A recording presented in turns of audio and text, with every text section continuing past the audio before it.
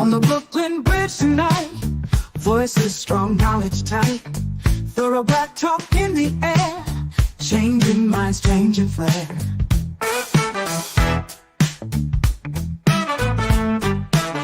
From Brother Tad to Sister K, warriors got things to say.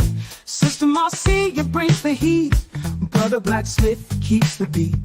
Revolutionary waves they fly underneath the open sky. Every word's a call to fight. Tune in, feel the ancestral line. Thursday nights, what we'll see. Black Power Media on the spree. Facebook, YouTube, all aligned, breaking free from every bind.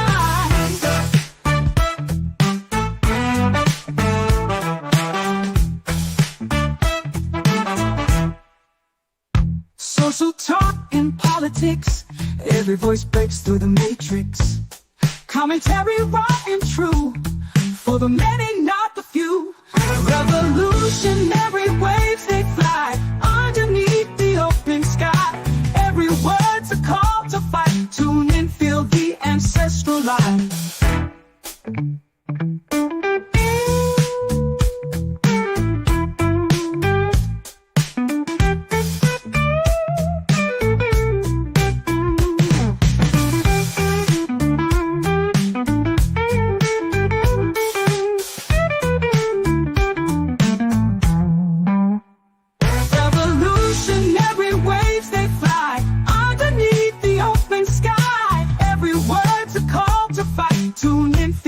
Ancestral line.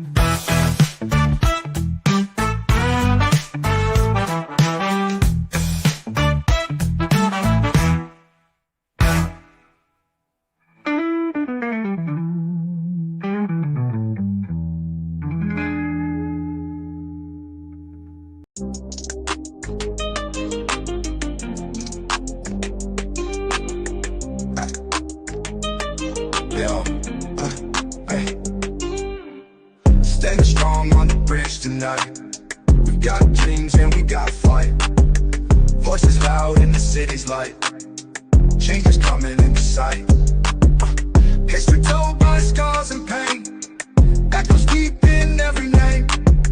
Legal truths we must reclaim, through the storm and through the rain.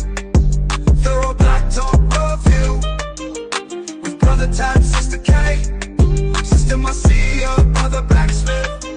Cut the check or no vote, yeah. Justice calls from open skies. Tears that fall, ain't no disguise. Marching forward, no surprise. Strength in hearts you can't downsize. Every voice a sweet refrain. In this fight we share the strain. Through the joy and through the pain, bound together like a chain. Thorough black talk review, with Brother Tad, Sister K, Sister Marcia, Brother Blacksmith. Cut the check or no vote, yeah.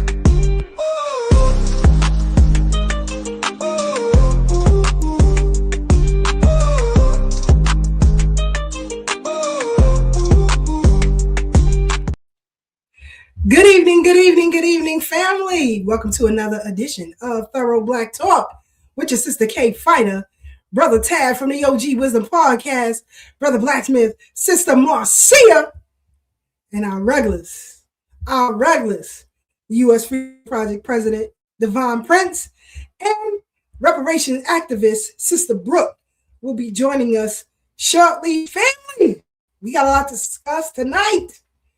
We got a lot to discuss. We're going to get started right away because so many things have happened in this week. I'm glad the OG Wisdom Podcast is going nightly. Y'all got to make sure you check out the OG Wisdom Podcast every night, 7 p.m. Let me get my brother up on the Brooklyn Bridge. Brother Tad, you ready? There you go, the OG Wisdom Podcast. What up, sis? I'm glad you was able to rock out with us tonight. You know, you always add that extra layer of flavor, you know. Indeed, brother. Yes, indeed. Let me get my brother Blacksmith on the Brooklyn Bridge. Brother Black, what's happening? Peace to the family. Peace to the family. Peace, Brother Tab. Peace, Sister Keisha. Peace I to know the you got family the out there 1-2 for us. I know you got the 1-2 for us Peace, tonight. Brother Black. Where Because do we I got a start? calling guest too. So we got a lot to discuss. So I'm gonna let you go off real Okay, quick. all But right, give me 1 second. Give me 1 second. Okay. We gotta show our people some love. Big Russ, what's happening? Philly, what's happening? Philly in the building, what's good? Sister Aruba 927, Doggy Diamond TV, Mars, what's good? What's good? What's good? New York. That's my boyfriend, y'all. That's my OG podcast boyfriend. So New make York, sure husband big. Be careful. Husband ain't no little dude. he in the living room. He in the bedroom. He sleep. So while I'm on OG Wisdom podcast, you know, that's my dude right there. So welcome New York to Thorough Black Talk Worldview. And yes, Coach, what's happening? Y'all better get up with Coach Tag. Y'all better get up with Coach Tag. Get your summer bodies ready. Get your summer bodies ready. Sister Farnessa, Alabama, always on the check-in. What's happening? What's happening? What's happening? Our brother Rich Nice, Kakalaki, what's happening? What's good? What's good? Sister Tanisha, one of our regular sponsors. Glad that you rocking out with us, sis. Definitely appreciate you. Egypt, what's happening? What's happening? What's happening? It's gonna be heavy tonight. Sister Pat on the check-in. UAM Finest, Freedom Party alum in the building. I got a picture of you, Sister Pat. I'm gonna share it tonight. Don't be mad. I'm gonna share it tonight. Let me get my sister Marcia. You ready? Sister Marcia, welcome to the Brooklyn Bridge. And then we're gonna go straight to Brother Black so he can give his 1-2. What's happening, sis? How are you? Peace to the bridge. Peace to the family on the chat. Summer body getting that right. Yeah. Keisha, how you feeling? I'm good, sis. I'm trying to hook up a call in. So I'm gonna let my brother Black rock out. All right then. Okay, before I go in, Sister Marcia ain't say nothing about no Black Taxi Thursday. I'm mad at her. Happy Black-tastic Thursday to Brother Black in particular. I love you again. Peace, sis. Peace. I'm gonna start. I'm gonna make it real quick. Like Sister Keisha said, there's a lot going on.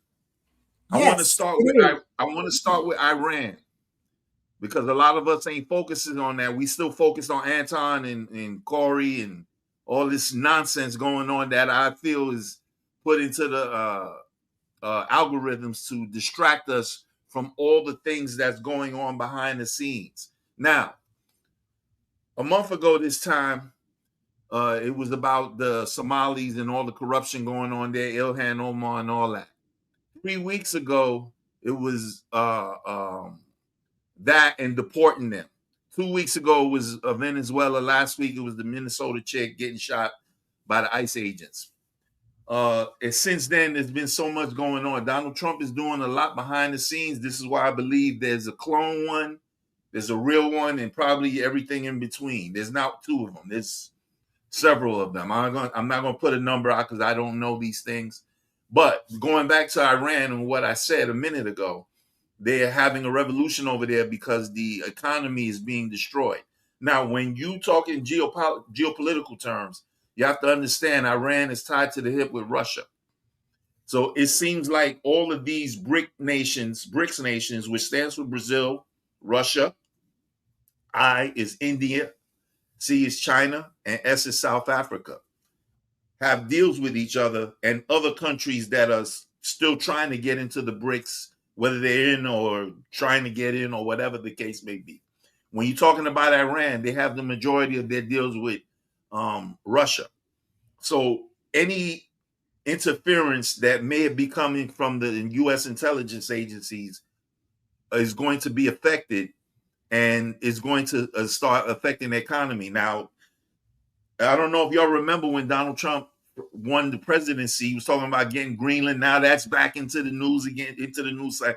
All of these things are distractions because that was a big item when he first came back, 2 years now, when he first came, well, a year ago, let's say a year ago, because the inauguration was last January, coming up on a few days, January 20th of last year. So what I'm saying is all of these things are now convergent, because we really need to concentrate on is what's happening behind the scenes. That's covering what we're seeing in the news. So all of the things that I just spoke about. But supposedly he's abolishing making credit card interest rates 10%, capping it at that. You can't pay more than that. Bringing something he did in his first administration right before he left was having the medical facilities not advertised, but posting their rates on how much medicines cost, and that was capped, and so on and so forth. So those things are happening too, and we need to be paying attention to that just as much as we're paying attention to the things I just mentioned, if you're into those things. I don't tend to pay attention to that because I believe they're all distractions. I still believe that Jasara and Nasara is going to be happening soon. And that's why so much is happening, because while people pay attention to the things I spoke about, these things are going on too. They're in the news. Y'all know I post some of the stuff to y'all, whether you agree or believe or not. It's out there in the news. I'm not making it up. And that's why I post these things. I put them on my blog. I'm going to put that in the chat before, the show's out. And, if you want to follow me, I'm Basil Medina on Facebook. I have 2 books. One is called I Ain't Perfect, But Take It From Me. It's a semi-autobiography on how the Bronx started hip-hop. It's a documentary that I posted a few days ago, and I shouted out my TBT fam, lovely, as well as my second book was Boom Bye Bye, Hip Hop Will Never Die, and that's a expose on the entertainment industry, not just on rap or hip-hop, but on the whole entertainment industry and how it works in the inner workings of it all. So, get at me, and you got any questions? That's pretty much my spill. If we want to go straight to the show. Yes, sir. Go ahead, please. What in the hell make you think hip hop started in the Bronx? When Peter Gunn said, "But if it wasn't for the Bronx, this rap stuff wouldn't be going on." Probably. He said, "Probably." Where are you from? Thank you, sis. Thank you, sis. Now I wanted the quack quack quack quack. Any more questions other than Tad? You had to take it there, Black. He can't help himself, y'all. Y'all have to Y'all forget tell me all the time about being from the BX, right? Well, I can't get it back sometimes. Y'all gotta forgive him. Y'all got to forgive him. Bless his heart. Bless his heart.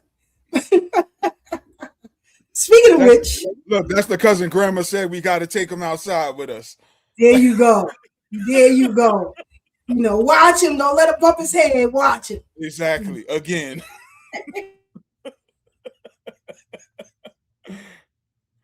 Grandma said he got to go with us. We got to take him. It's crazy, brother. It's crazy. It's crazy. But, like I said, we got to discuss tonight. And, a lot is going on. Now you having certain of the immigrant classes trying to backtrack, but for decades, critical questions about, even who built this city, or as, my brother Black mentioned, who shaped, the music, whose labor made it global dominance, this global dominance possible, it doesn't matter. These conversations didn't become relevant until we put our foot down as foundational Black Americans. And so now that the delineation movement and disaggregation stance has taken a foot, now everybody is feeling it, as you should. So tonight we're going to examine, some of these truths. As I said on the OG Wisdom podcast, I sat and talked with some friends of mine who are doctors, who are in the business of mental healing. And we had some conversations. And I'm going to go over a little bit of that tonight, because there is definitely a psychological unattachment throughout the diaspora. And it's always been problematic for us, but now it's problematic for them. And they can't even get themselves out of it. It's so problematic. So we're going to deal with that. Also, tonight, excuse me, we're going to honor two of our own. We just lost our dear sister Claudette Colvin, who transitioned. Those of us who were affiliated with UAM knew her well. And also, the Heavenly Earth of Leola Maddox. These two women were powerhouses in their own right. And history, doesn't speak of them often. Right now I'm seeing people talk about Claudette Colvin more since her transition. But we knew her well. She lived in the Bronx for quite some time, Brother Black. She lived in the Bronx. But I wanted to get a perspective from somebody who I knew, was very, very close with her. My brother Monty, Sister Joyce. But Brother Monty, he going to come in, excuse me, and talk about Claudette Colvin. And so we're going to give the mic to him for a minute. Let me see if he's ready. Brother Monty, you ready? All right, he ready. So, Brother Monty, tell us, how you met Claudette Colvin. First of all, how did you meet her? A good question. I met her at the forum. The night that she was coming to give a lecture. And Brother Blake at that time was living in the Bronx. He picked her up, brought her. And when she got there, she wanted to go eat. So we had just pulled up, got out the car, and we seen her in the car with Blake, and we walked over to the car. And he said, yeah, I'm ready to take Claudette to get something to eat before she speak. And we said, can we go? So myself, Sister Joyce, and Sister Pat got in the car. We went to the Restoration Plaza at Applebee's. And we went in there and, we sat down and ordered. And that was the beginning of the process to meeting Claudette. I asked her before we got ready to leave the restaurant. I said, Claudette, I said, can I have your phone number? I said, because I want to be able to stay in touch with you. And she gave me her home number. And that was the beginning of the process with me and Sister Joyce with Claudette. We went to visit her in the Bronx, I think, every month. And to keep an eye and check on her, because we wanted her to know that we cared about her. And especially after, hearing her lecture, because she was brand new to us. We had heard about her and we knew what she had done, Right. But I want to back up. I remember calling her one night. This movie was on called The Movement. And I said, this picture's on right now called The Movement. And I said, your picture is on the wall. Turn to this channel. And she did, so I just wanted her to know that, that her picture was on the wall. And they went through, as that movie went on, they named her and they, spoke about her in the movie, why they didn't use her and why they chose Rosa Parks. But getting back to Claudette, Claudette was a very funny person.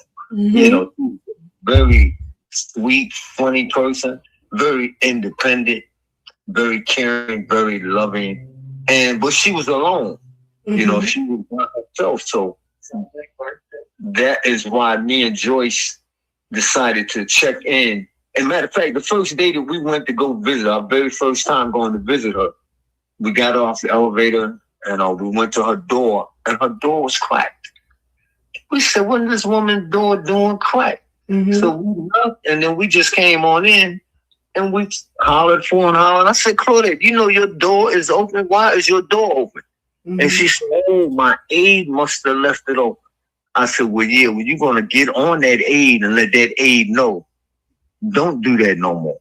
Don't leave your door open up here in this barn. You know, we don't want nobody running up in here on you like that. So, you know, but you know, we stayed in touch with her until she left New York because she left New York to relocate back in Selma, Alabama with her family. But what it was, we thought she was going to live with her family, but she was going back down there to live in a nursing home. And she went and she did go to that nursing home. But then she left there and went to Texas to stay with her son. And he was in another nursing home. So, you know, it was kind of surprising that she wasn't home with her family too. You know, as I thought, and was under the impression that, you know, she was going back home to be with her family. But we still stayed in touch with her. You know, how we got out of touch with her when our sister Joyce went to the hospital for hip surgery. And the day that she had the surgery, the following day, she woke up, you know, out of the anesthesia, whatever, and noticed that she couldn't find her phone. So her phone had got stolen. So that is how we lost touch with her. And that was in 2023. So, I was kind of like sad because we had got used to calling her every month when she was in the nursing home. You know, we stayed in touch with her. You know, she was our sweetheart. You know, that was my sweetheart. Question for you, because you know, I saw a post on Twitter or X of Yvette Clarke talking about Claudette Colvin. Now, I'm gonna ask you, do you know any relationship between Yvette Clarke and Claudette Colvin?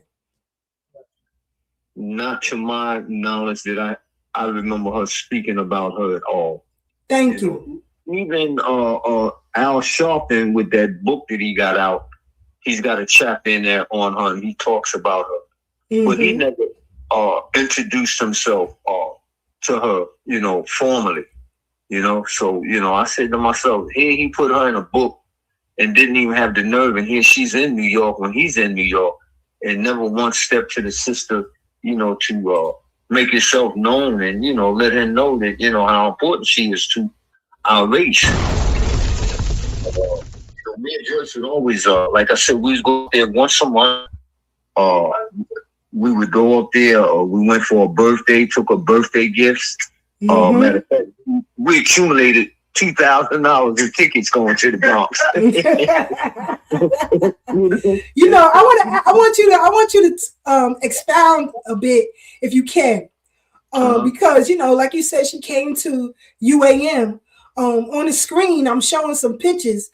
One with her and Sister Maddox, the other with her and Sister Pat, and a third with her sitting down, Reverend Herbert Oliver, some children from Sankofa, Alton, me and my daughter, I'm standing behind her. I remember all that. I remember that. What would you say? Because we also talking about Leola Maddox, but what would you say your feeling and you knowing Leola Maddox? How did you feel about her? Queen Mother Leola Reva Maddox was a mother to everybody that ever met her. She was such a spiritual inspiration and a sunshine of life that she was like a magnet. The moment that you met her, there was a spirit in her that just drew you to her. And you wanted to be around her, to be of help, to see whatever she needed done. I'll do it for you. You just let me know what you need to be done, and I'll do that for you. I mean, this woman was such such a giant. She was the backbone of the UAN. Truth be told, she was the backbone of the UAN. Because even like when people talk about UAM, right, and all of the great speakers throughout the years that have come through, they really didn't know or speak of her importance, if you will. And so when I see a lot of these videos on YouTube, and I see all of this honoring, right? They talk about Dr. Khaled, they talk about Malcolm, they talk about Dr. Ben and Dr. Clark, and so on and so forth. But these two women, that's why I say, Pan-Africanism is a cult, because you regurgitate the same stuff over and over, and the mind expansion doesn't grow. So, for example, like when I was asked to take over the bookings and stuff like that for the forum, I would tell her, even though she told me not to tell her, who we were booking. And so one night, Brother Tag came in, and I cornered him behind in the hallway. I cornered Brother Tag. I said, we're going to get you on. We're going to get you on. And Tad said, I'm not really into public speaking. And I let him shoot his spill. I stood there quietly. And I said, what's the next date of Sister Maddox we have available? She gave me the date. I said, this is the date you'll be here. And you'll be here. And I've seen him grow so much since that. But, Sister Joyce, who I know she's under the weather right now, but she worked very closely with Sister Maddox. What is your thoughts on their relationship? Oh, they probably is closer than mine. She was the backbone to Sister Maddox, like her right arm, She was just a service to her. Like I said, the sister was like a magnet. She just was a delight to be around. She never had anything but positive energy. As Brother Black, we always talk about that energy. Sister Maddox had that natural God-given energy that you just wanted to be around. Because the freedom retreat for boys and girls. She had a love for children like I've never seen. And also, too, because Sister Pat put on the screen, Miss Maddox was the engine of UAM. She was. Yes. She was. The UAM would not have survived if Sister Maddox had not been the engine that ran and was the backbone of the UAM. She wasn't one that wanted to be up front, out. She just wanted to put it together and let everybody else do the job that she asked them to do. And that's what was carried out. And that's what made that poem work the way it did. And I just want to touch on something that you said about that Pan-Africanism. Go ahead. Truth be told, the Montgomery bus boycott was put together by women. It had nothing to do, the men did not put that together. What was her name? Professor Joanne Bates, right? Yes. Those women put that together. So that when King finally did come around and on the scene, all he had to do was just take the lead. But everything, all the footwork, all the grit and grind, the nuts and bolts, them women had put that together. Professor Joanne Bates had put that together with the team of women. Right. Women did that there. But getting back to Claudette, I used to joke with Claudette because she knew Rosa Parks a long time. When that happened, when she was the one that she was a 15-year-old pregnant girl, right? Didn't want to sit down, didn't want to give her seat up on the bus. So, and Rosa Parks was living in the same town with her, so she knew because Rosa was way older than her. Claudette was only 15 when she did that, right? And pregnant at the time. Right. So that was the reason that she didn't get the shine, and that's what really that movie exposed in there. That movie, The Movement. Mm-hmm. You know, they said, you know, we can't use Claudette. They said because she's only 15 and she's pregnant and she wear glasses.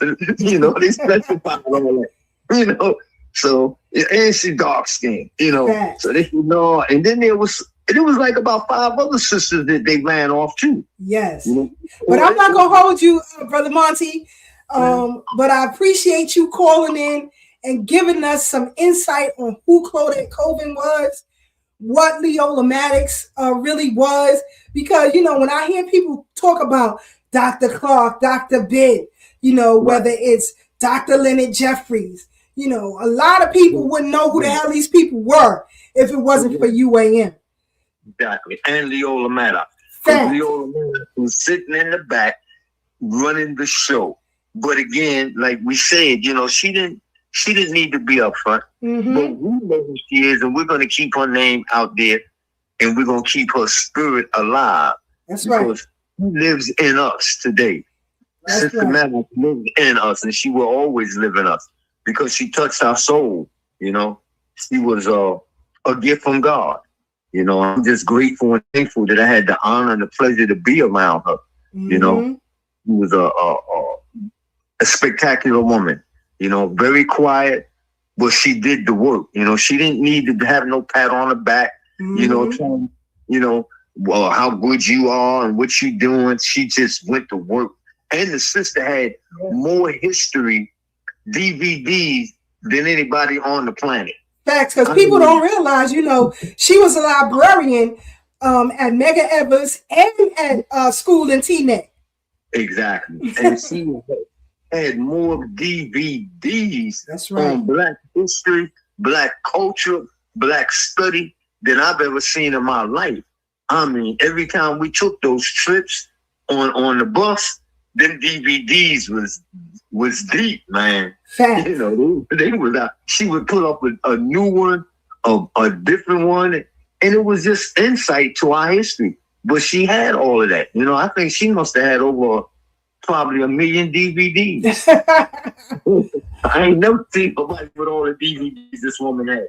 Right. You know, it was a joy and a pleasure, you know, to have met her, to have known her. You know, somewhere before we leave, somebody has to write a book on Leola Weaver Maddox. Yeah. To let it be known who she was, you know? Yes. Because, you know, they talk about Betty Shabazz and Coretta Scott King.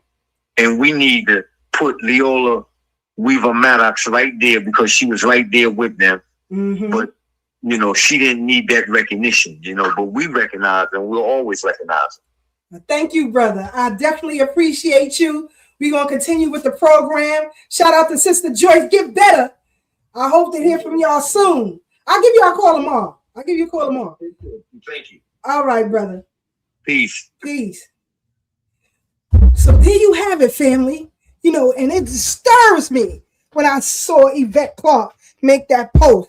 You ain't know that lady. You ain't know her. You a liar. What you did was benefit from her sacrifice. And that's what I posted under Yvette Clarke's post. You benefited from her sacrifice. You didn't know that lady. Because if you knew her and you was involved with her life, she would have told us. Brother Tad, your thoughts. Shout out to Sister Claudette Colvin. Rest in power. Shout out to Queen Mother Leola Maddox, who I have to agree with you and Brother Monty. Her spirit was just so warm and inviting, a motherly spirit. You know, you just felt safety. Because at the UAM, you come get war strategies. You come get information.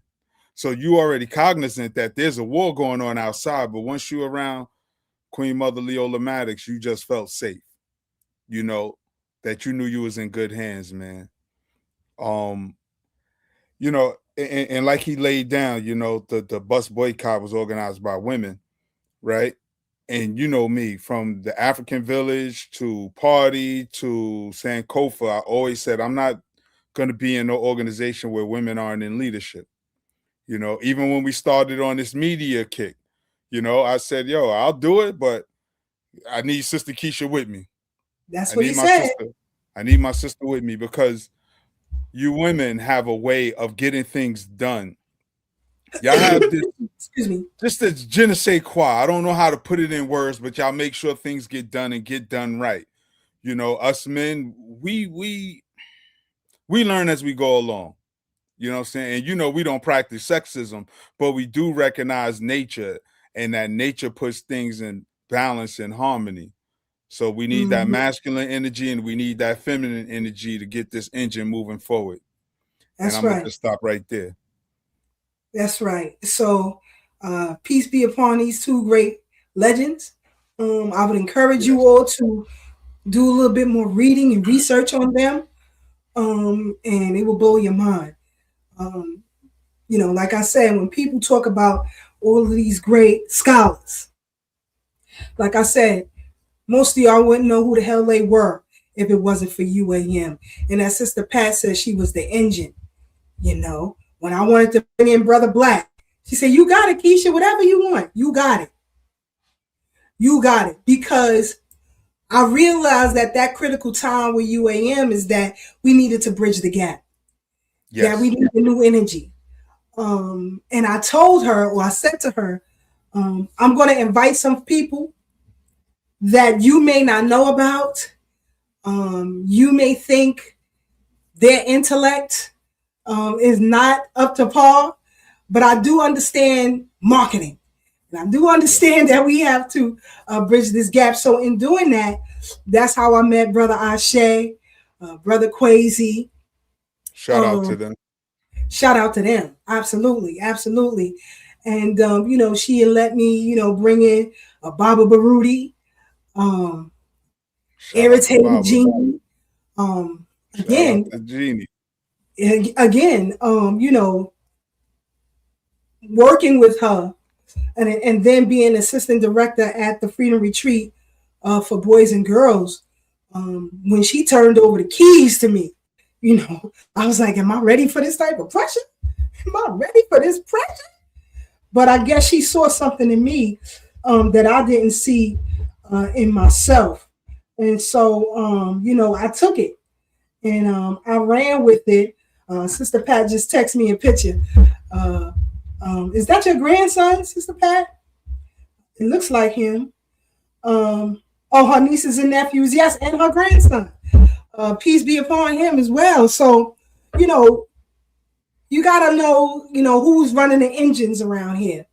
And definitely understand that these two women were chewing on our behalf.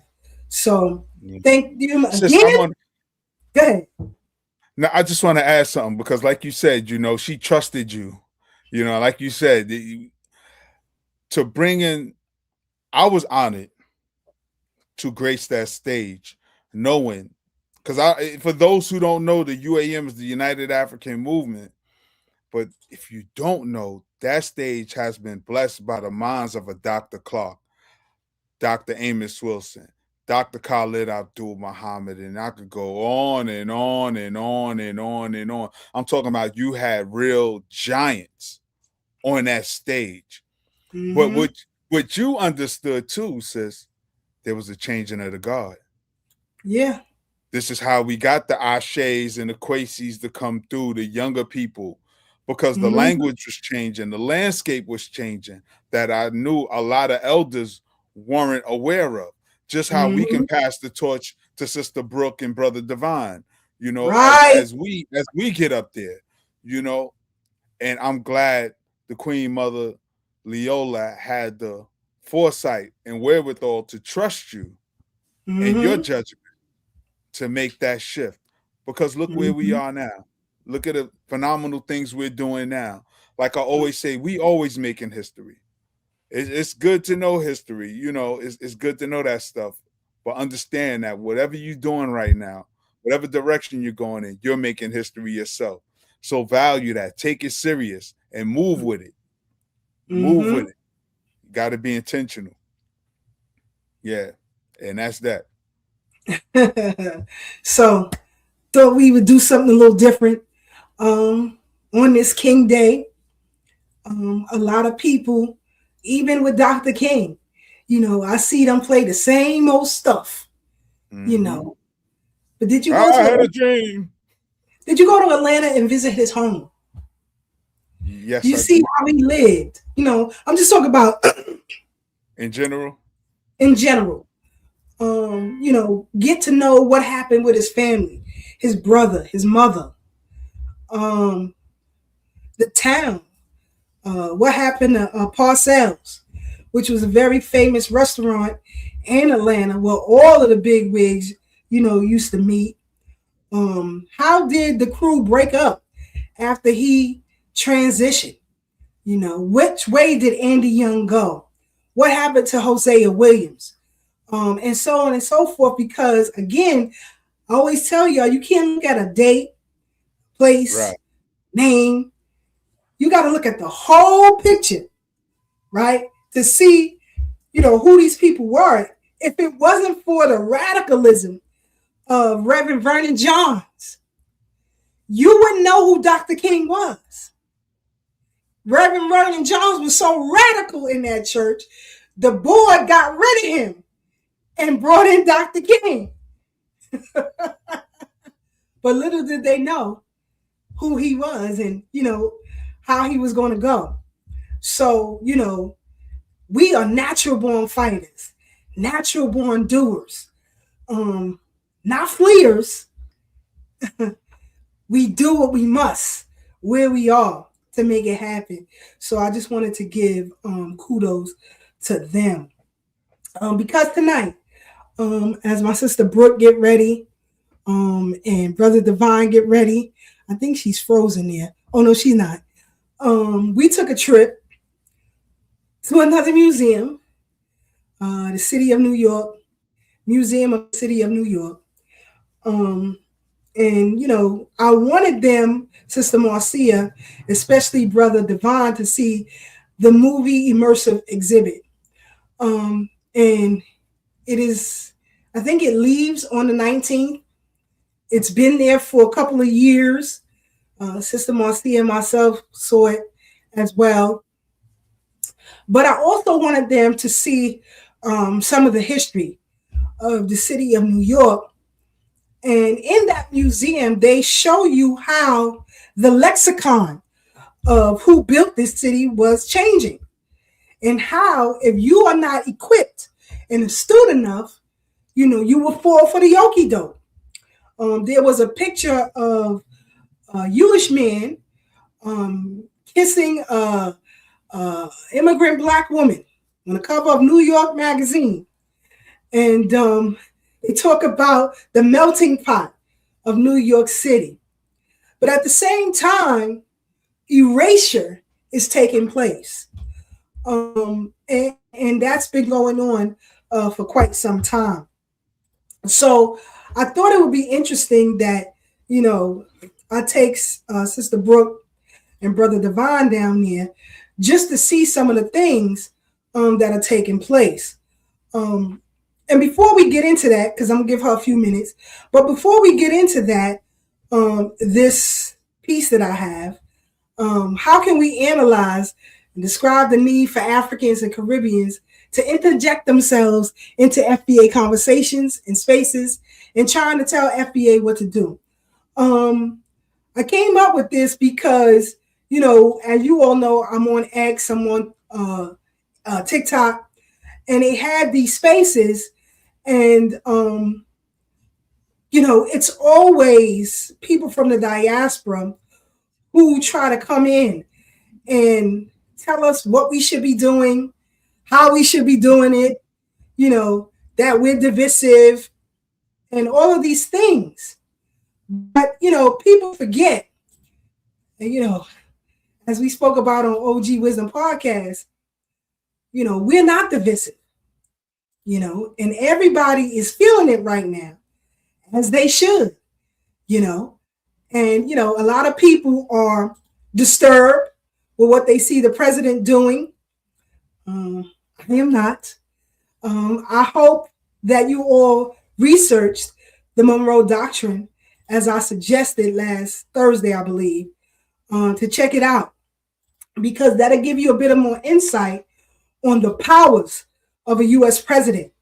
Once you make an agreement, you have to stick to it. And we've never seen in our lifetime a president act so radically with his powers. You have to remember that Donald Trump isn't a politician, he's a businessman. And so he used those powers to the benefit of himself and others, but also for the benefit of the United States, because we are growing in competition with regimes like China.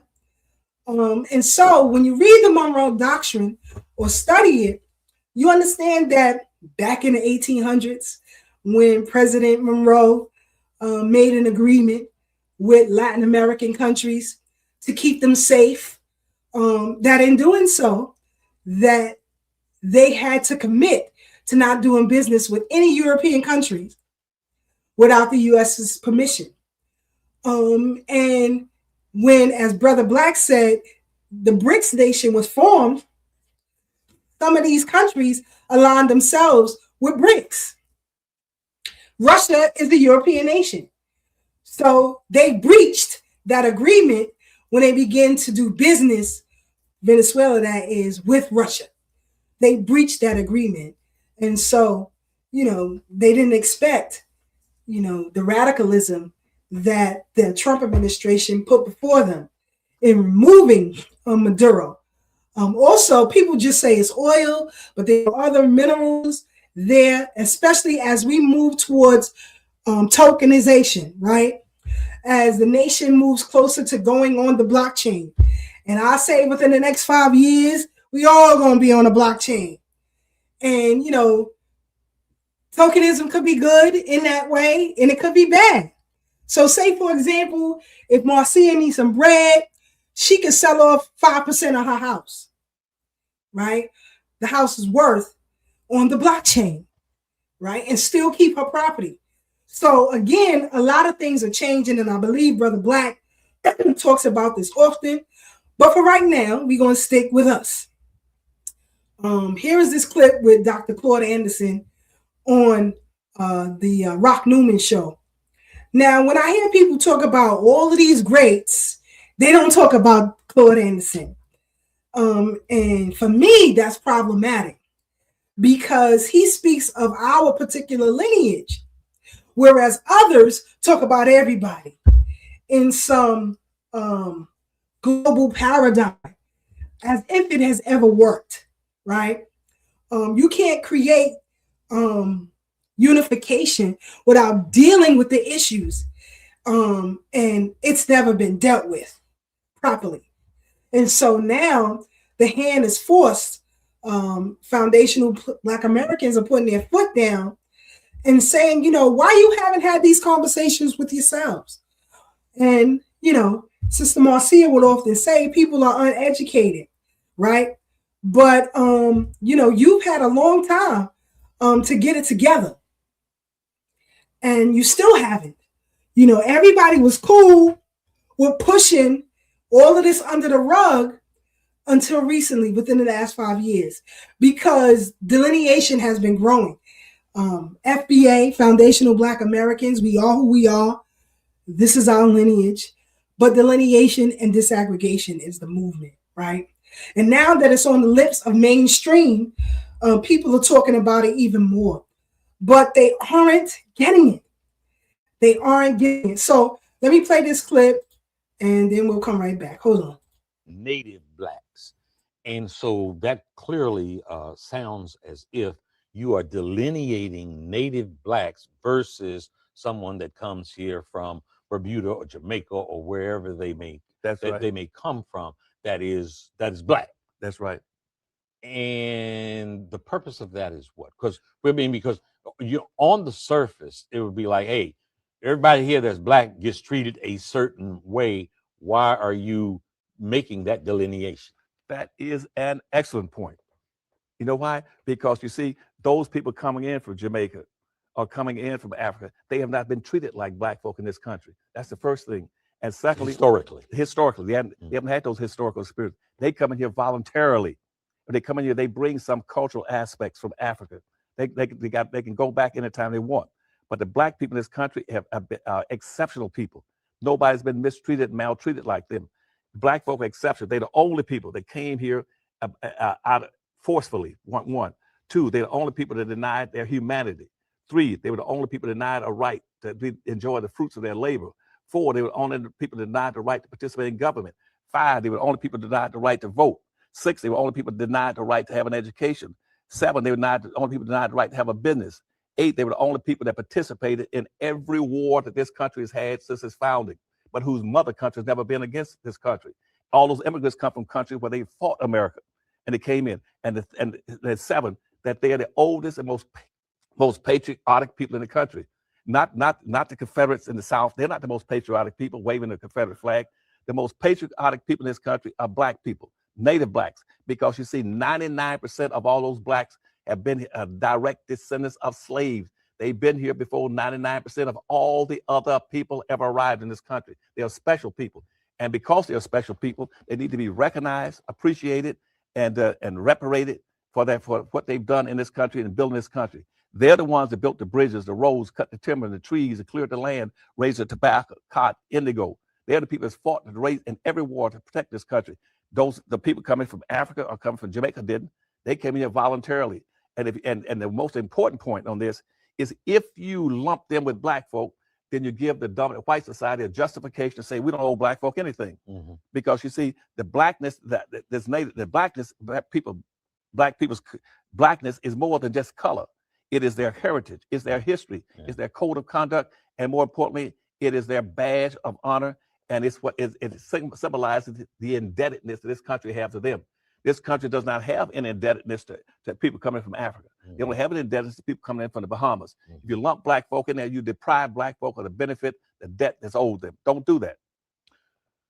You talk about.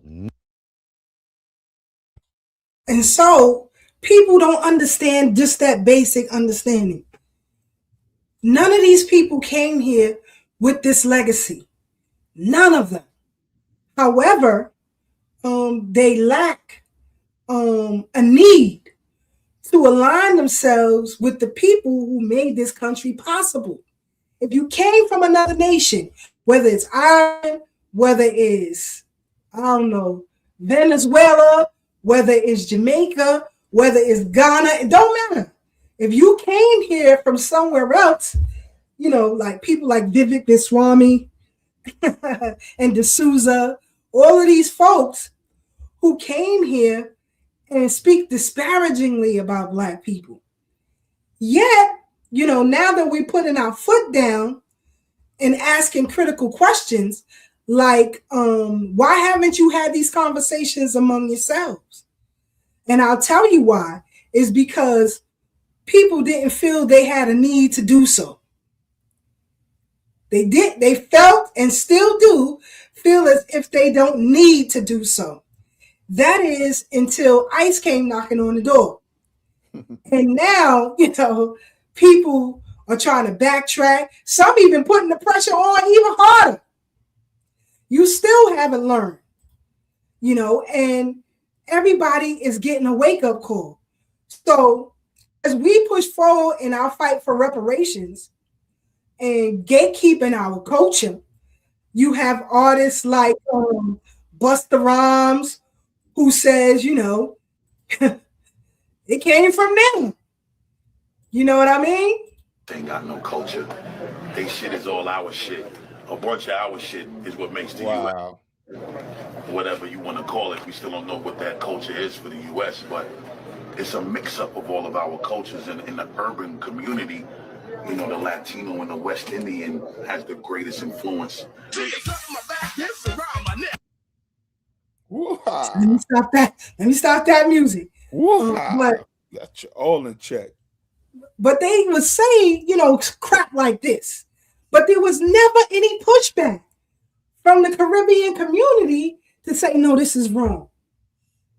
This is not right. Let's just go on with the lie. Again, part of the erasure of who we are, that's problematic. And so now we say we're delineating, and we're going to take it a step further. with disaggregation. It's ridiculous. Yes, Sister Pat, I do remember. Brought Dr. Claude Anderson to UAM. And, you know, today in 2026, when I hear people say these things, and it's still, these groups are not having conversations amongst themselves or giving pushback. Still. Nobody, there are no groups, no organizations that say, nah, dude, you out of pocket. Nah, dude, you out of pocket. I don't see no Pan-African groups, none of them, saying a goddamn thing. Nah, you out of pocket for what you're saying. You're wrong for what you're doing. They just pushing the lie up under the rug. Just let us be the bailiwick or the whipping horse for everybody else. You know, when you hear the Mexicans talking about, you know, they started the low riders. Where the Latinos on this? Younger generation figures that they ought to be able to put their car the way they want to put it. This is the generation that's more demanding and figures they ought to govern themselves instead of this white society government. Their cars are low. They're mostly in the younger generation. They're mostly teenagers, the low riders. Founded by foundational Black Americans. No pushback from no Latino group. Go ahead, Black. What'd you say? You in fashion, right? And yeah. I'm sure you've heard, you know, you're young enough to have heard this phrase before. The shit Black people pick is cool until white people adopt it. And the perfect example, and the last big one that I'm going to use that they really aired out and messed up was the word woke. So and that wasn't that long ago. So anybody here under 40 that don't know what I'm saying, the word woke, when they took it, meant totally something different from what we meant it at. Woke just means to be awake, not sleep, but woke. So I'm just explaining it in that way so that some people can get it if they ain't getting it the way you put it down, and I yield. Integration, they took the Highway Act and said if you all want to immigrate, you're going to come here without any power and resources. So they took the Expressway of 1952 Act and they drove an expressway through every Black community in America. And so now any city I go to, I can find a Black neighborhood by finding the expressway. Either the Black neighborhood will be up over it, underneath it, or beside it. And now you have no Black businesses. And in North Carolina, where I grew up, my family was the only family that had a part ownership in the only Black bus line in the entire United States. We didn't have a bus line with 3 or 4 buses. We had the biggest bus line in the state and the only one in America for Blacks. We had over 500 buses. We serviced the Black neighborhoods and the white neighborhoods. What put us out of business was not Duke Powell, who we put out of business. What put us out of business was integration. Because when Martin Luther King and Rosa Parks integrated the buses down in Montgomery, and Black folk wanted to sit on the front of the bus. When it got to North Carolina, the people in North Carolina, the Blacks said, we want to sit on the front of the white buses too. And we said, but we don't have any Black in the white buses up here. They said, well, get some so we can sit on the front of them. And so we went out of business. We had Black cab companies. We had 2 Black cab companies, the Harris and Camel City cab companies. They went out of business. You know why? Blacks didn't want to ride in the Black cabs anymore. They want to ride in the white cabs. They wanted to ride in the yellow cab and the bluebird cab. We had our own theaters. We had the Lafayette, the Lincoln Theater chain all over America. We had film companies in Jacksonville, Florida. Norman Productions in Jacksonville made Black westerns and Black love romance films. We had a Black studio in Chicago and a Black studio here in Hollywood called Hollywood Productions. It was Black owned. We made our own films. Now we have no studios, no distribution system, and no theaters. Again, integration is a problem. Integration, immigration, the problem. But the thing about this delineation movement, it's now on the reverse. Now we purposefully look for foundational Black American companies to do business with. Because even as the Caribbean moved into our neighborhoods, let's talk Brooklyn, because that's where we from. All of us on this panel, we from Brooklyn. But you don't see the Jamaicans running into the soul food restaurants. You don't see the Haitians running into the soul food restaurants. You don't see the Latinos, the Chinese running into the soul food restaurants.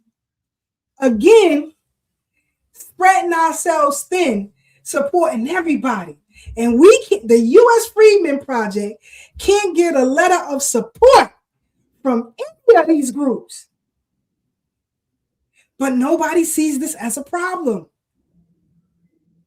This is serious. If I'm working on my health and physical fitness, I don't gotta go to Luigi up the block. It's called tag. It's simple. And now you have FBAs who are putting things together so that we can have a digest of all FBA businesses. And that's where it's going. So we are done. You won't see us in your restaurants anymore. You won't see us in your supermarkets, your bodegas. I don't rock with them. I don't go to no damn bodega anyway. You know, Sister Brooke will tell you the time we was up in Rochester, I mean, this place looks so damn nasty. It's ridiculous. But again, you know, this is the time. The time is now. It's up. So let me get my sister Brooke up on the Brooklyn Bridge, our reparations activist on the ground here in New York. Sister Brooke, welcome to the Brooklyn Bridge, sis. What's happening? Hello, everybody. Hi. Yes, I'm here. Please excuse the light. At the same time, I'm also on the U.S. Freedmen Project has a Zoom meeting, so I'm like doing a whole lot of things at one time. I got you in this ear, and I got them in this ear. So, you know, just bear with me a little bit. So hello, everybody. Hi, Brother Black. Hi, Brother Tad. Hi, Sister Marcia. And hey, always to my big sis Keisha. Let's get it. What we talking about? This last Sunday, we went out. Yes.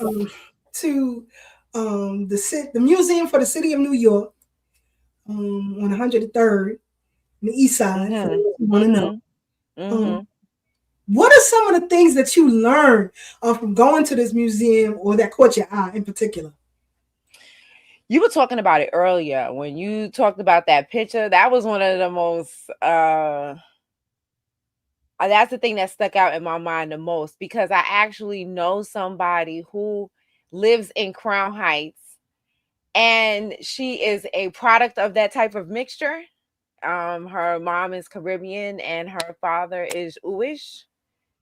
And so like that struck home for me because and she would probably be a child of, you know, around that time, you know what I mean?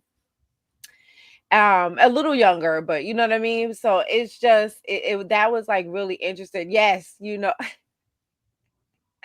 that picture there, like, well, we could talk about how much trouble we had trying to take that picture. Because as always, the white tea people won't leave us alone. This lady just would not move because she heard us saying that we wanted to take a picture. She heard us saying that we wanted to leave, and she just sat there at the exhibit right next to us, just trying to make sure that we could not take this picture. So even when I took this, you can't see her, but she on the side. You know what I mean? So it's just crazy, you know. Just she sat there till the museum closed. and would not leave from over there, so we could not take a collective picture together. And yeah, so that's one thing. Like, and the movie exhibit was amazing. Like, they snuck in a couple of of our movies in there. What's the Do the Right advertising? Thing. Do She the Gotta Right Have Thing. Yeah, that was It. one. Yeah. Grow Up in Harlem. Boomerang. So they snuck in a couple of our movies in there, and it was so much to look at one time. That I think that was the good part about it and the bad part about it. Because it was just, you were surrounded by screens, and it was like system overload almost, So yeah, this is both of us taking. You see her arm over there on the side of Divine's picture. Actually, I got her in one of the photos. Let me see if I think that's the one with us. Yeah. When we were looking at looking at the exhibit. There she go. Oh, look, you got more pictures. Yeah. So it was like and what else is, yes, that was the first record label. That was a really interesting exhibit as well. Let's see. Now here, this picture right here, because you have a copy of one of the first recordings on a black label, which is Black Swan Records. But here, when it comes to dance, because we just showed a clip of Busta Rhymes talking reckless, but in this exhibit, it don't mean a thing if it ain't got that swing. The years between the world wars saw a revolution in American music and dance, emanating from New York City. New rhythms and orchestras set the soundtrack for bars, speakeasies, nightclubs, and the stage. The 1920s became the jazz age, centered around the era most popular dance, the Charleston. Soon swing music, a driving, pulsating, orchestrated genre of jazz, provided the backdrop for a new signature dance, the Lindy Hop. Excuse me. So when those folks was doing the Lindy Hop, they got it from us. Virtuistic solos, offer dances, interludes, to create a rhythmic tapestry of movement, to push and pull, partnering with moments of separation between dancers, mirroring the groove and independence of musicians. Together, swing music and swing dance offered new possibilities for collective celebration that cross race, class, gender lines, helping to forge relationships that will be the hallmark to the future of dance in New York City. And you see, this is how they merge people in. This sentence right here, this is how they merge people in. Collective celebration that cross race, class. This is how people get merged in. You see? And that's why, when you have people like Zoran Mondani, who say that immigrants built New York City, you're a liar. You're a liar. And he is part of the erasure of history of who we are in this city. Sister Brooke, you looked at some of the video footage of them dancing that you thought was very interesting. Yeah, I had seen some of this footage online before, right? I don't know if anybody else has seen it online, but it's the footage where I should have tried to find that for us, but it's the footage where they were dressed as people cleaning up on a set, right? On a play set, right? And then all of a sudden they just start they break out and dance. But I had never seen it all the way to the end because they always cut it off. And then you see that the white tea people were there on the side. Oh, I'm on YouTube. Can we say words here? I guess I could just say white people. Lord, TikTok language got everybody talking like they Miss Rachel. So white tea, the white folks were sitting on the side, watching them. And one of the things that I noticed just even back when I just saw the clips of it on my phone is that, man, the energy that they had, you just get tired watching them just jumping around and I mean, over each other and under each other and being slung around and twisting. Oh my God, I'm tired just thinking about it. Like, and that's when I made the joke. I said, yeah, this is before GMO foods, because man, I can't even imagine myself doing all that even in my 20s. Maybe I'm just, older now and I just can't see myself at all. But it seemed like it was just so interactive. And and then when you look at the comparison of the white folks doing the Lindy Hop, and they're around the same ages, and there was no comparison. Like, you can see the difference between professionals and I don't even know, people who mean well. I can't even say they try it. I like what Sister Fawn Nessa said. They jumping around looking deformed. There you go, looking like Elaine from Seinfeld with that arm that come out.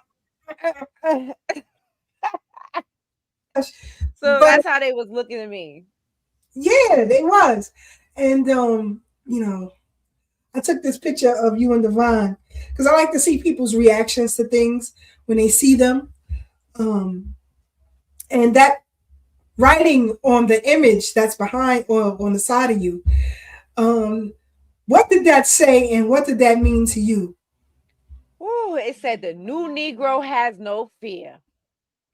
And it just, when people say all the time, they be like, oh, you know what I'm saying, we not our grandfathers, or we not our ancestors, we gonna get busy. Like, I guess we've been saying that for a long time, but in actuality, we have always gotten busy. I was in a panel, and and I can't remember what book the person said it was from, but they were talking about how that even during slavery, there was never even a 10-year period that went by where there was not some form of revolt. And so we have always fought back, but it just showed me like, like we just no fear. Like, I even told Sister Keisha when I took the picture, I was, because normally I smile and and I was like, I can't smile on this one, you know what I'm saying? So yeah, so like this picture right here meant a lot to me, and especially at this time, people we're getting a lot of controlled opposition coming at us. And if they think that's gonna stop us, they need to see that we don't have no fear. Like, we're going full, like I said, 100 miles an hour, full steam ahead. We a locomotive, and you either get down or lay down. It's either one. So we don't have no fear. So even we didn't have no fear of that lady sitting on the side. She lucky I ain't chased her out the museum, because I definitely was like, I don't know why you wouldn't move. You knew we was trying to take a picture. She couldn't help herself. That's just who they are. She couldn't. That's she just waited who they are. It was time for, like, the lady literally came in and told us, look, like, we trying to close. So wait, the first time we went to the Historical Society, we shut down the restaurant. Right. This time we shut down the museum. Yes, we did. We definitely shut down the museum. And we ain't see everything we wanted to see either. Right. So, but yeah, I enjoy these museums. From the first time I went with you and Sister Marcia, I call them nerd trips. I love a nerd trip, and so it was exciting to see a lot of these things in person, and how they, because this museum showed more of how they're trying to just erase our contributions. Like the first museum, when we went to the Museum of Natural of the New York Historical Society, they told the truth. Frederick Douglass at the door, to right when you first walk in, and you see pictures of the children from the orphanage that was set on fire, and the children tortured by Irish immigrants who did not want to fight in the Civil War. And so when they tell you, you know what I'm saying, that they fought to set us free, that's bullshit. So not only did they not want to fight, but they were willing to kill innocent children to not fight. So you know, it's just really interesting to see now in this other museum how they're just trying to incorporate all these other people and kind of erase our contributions, you know, trying to infuse everybody else. Like even with they had like an exhibit on the Statue of Liberty. They didn't tell the truth about that. So this museum did a lot of lying. You know what I mean? And so that was really interesting to see them back to back like that too. You know, it was like no space. We went last Sunday, then we, you know, the Sunday before. So it was like it's real interesting to see the contrast of the two. And so so it also makes you, you know, realize that when you're going to these museums, you also have to have your third eye open, because they will, you know, try to trick you and into thinking that your contribution wasn't as much as it is. Mm-hmm. Definitely that. And I'm glad you were able to see that, because, you know, when you're dealing with historical societies, let me just put things in context. When you're dealing with historical societies, these are archival houses that happen to be a museum, right?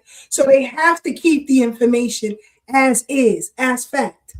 But when you look at other museums, you have to look at who their endowment comes from, right? And where do they get their funding from, right? Most of the time, to be honest with all of you, a lot of Jewish people own a lot of these endowments, right? They have an agenda in pushing a particular narrative because it's beneficial to their group. That's why they attach themselves to Dr. King. Unbeknownst to him, you know, he was being used. He was being used. Same with W.E.B. Du Bois. They did the same thing with the Niagara movement, with the NAACP. And that's why I wanted y'all to see the contrast of the two. Because when people go to museum, excuse me, they take everything as is. But if you don't have a historical context, you will believe it. So right away, Sister Brooke and Brother Devon were able to see how they are beginning to erase the foundation of the city of New York. And so I did, as I told Tad earlier, I interviewed some people that I know who happen to be doctors. One is a psychologist, the other one is a psychiatrist. There is a difference. Very good friends of mine. But I wanted to know the psychological breakdown of what it is that we're seeing with a lot of these tethers.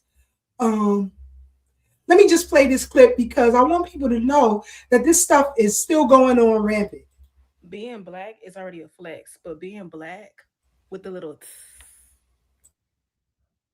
like being Black with a Caribbean descent, Caribbean heritage, like you're Haitian, Jamaican, African, etc. Like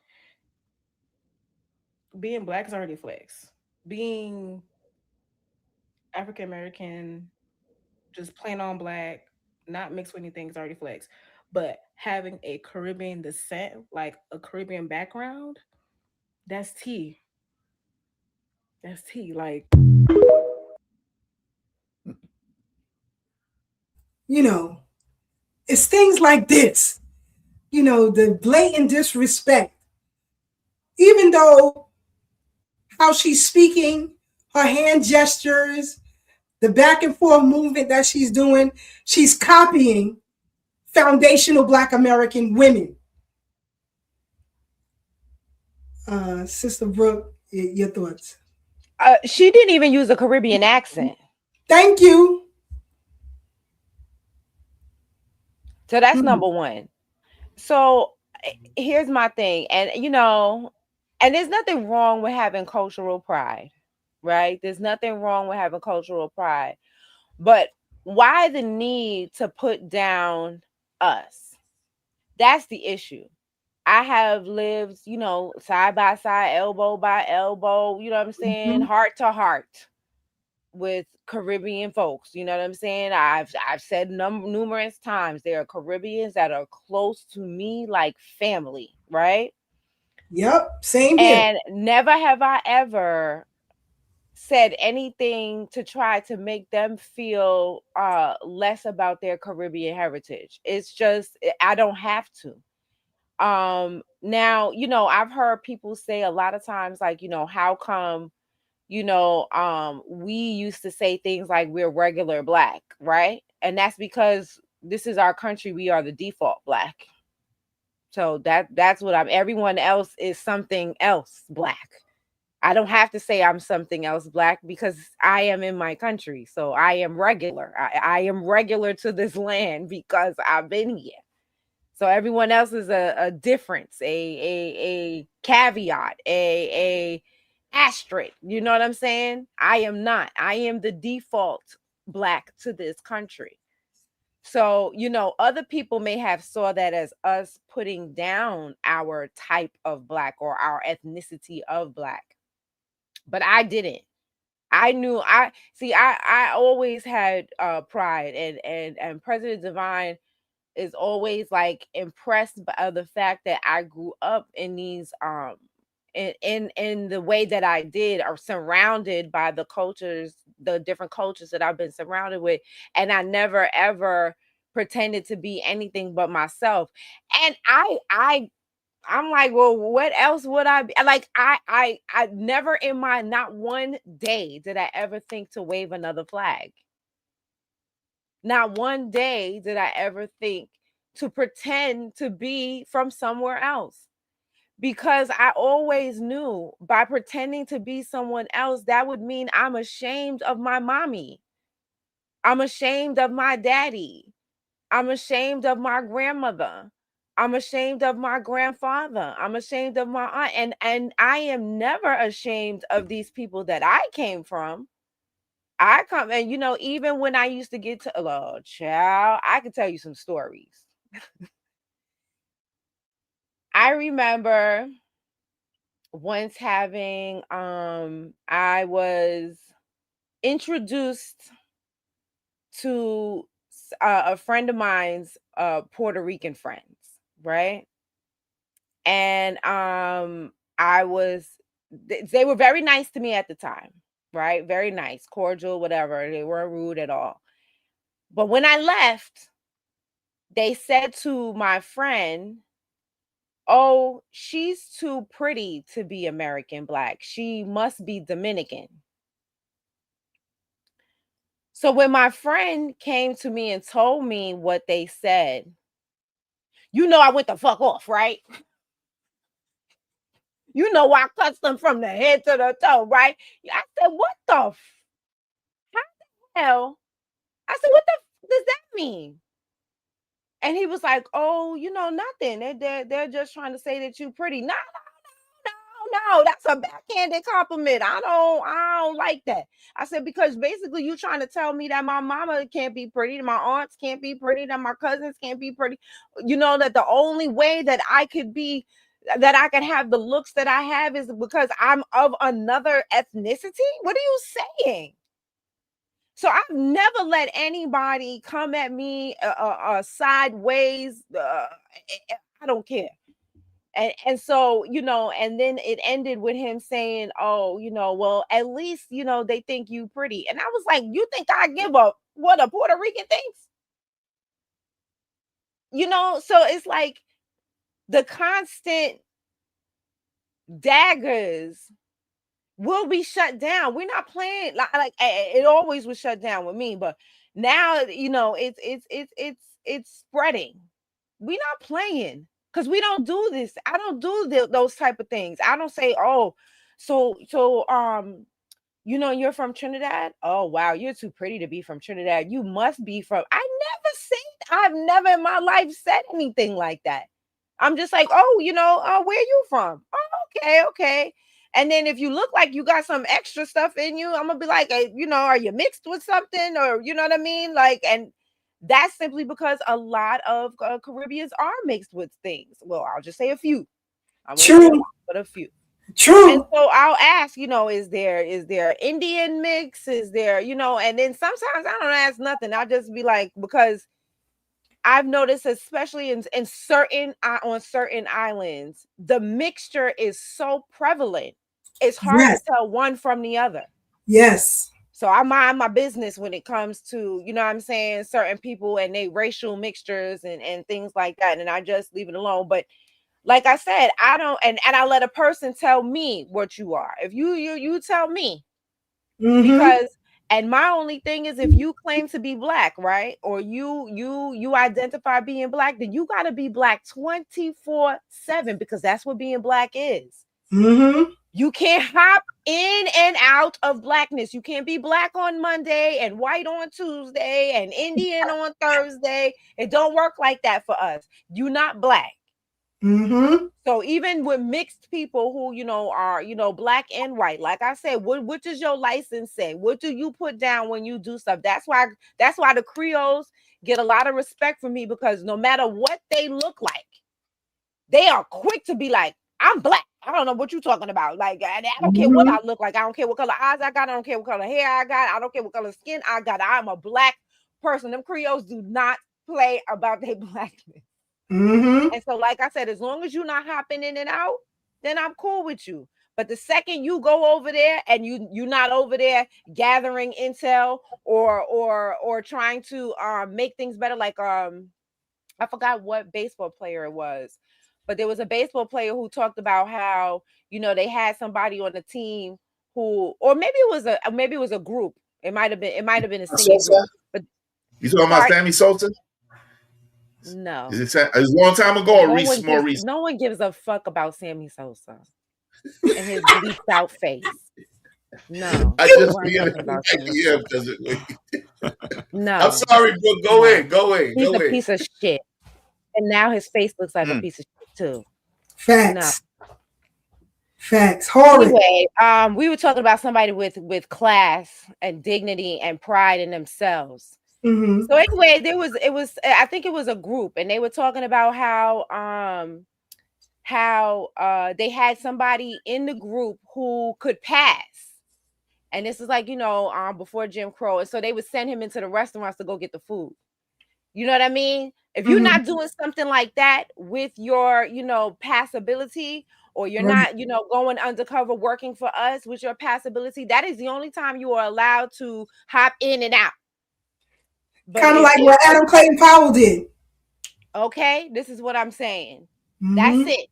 But if you're not doing something like that, then you're not Black, and you can go to hell. And Sammy Sosa can go right on there with gasoline draws. He could go.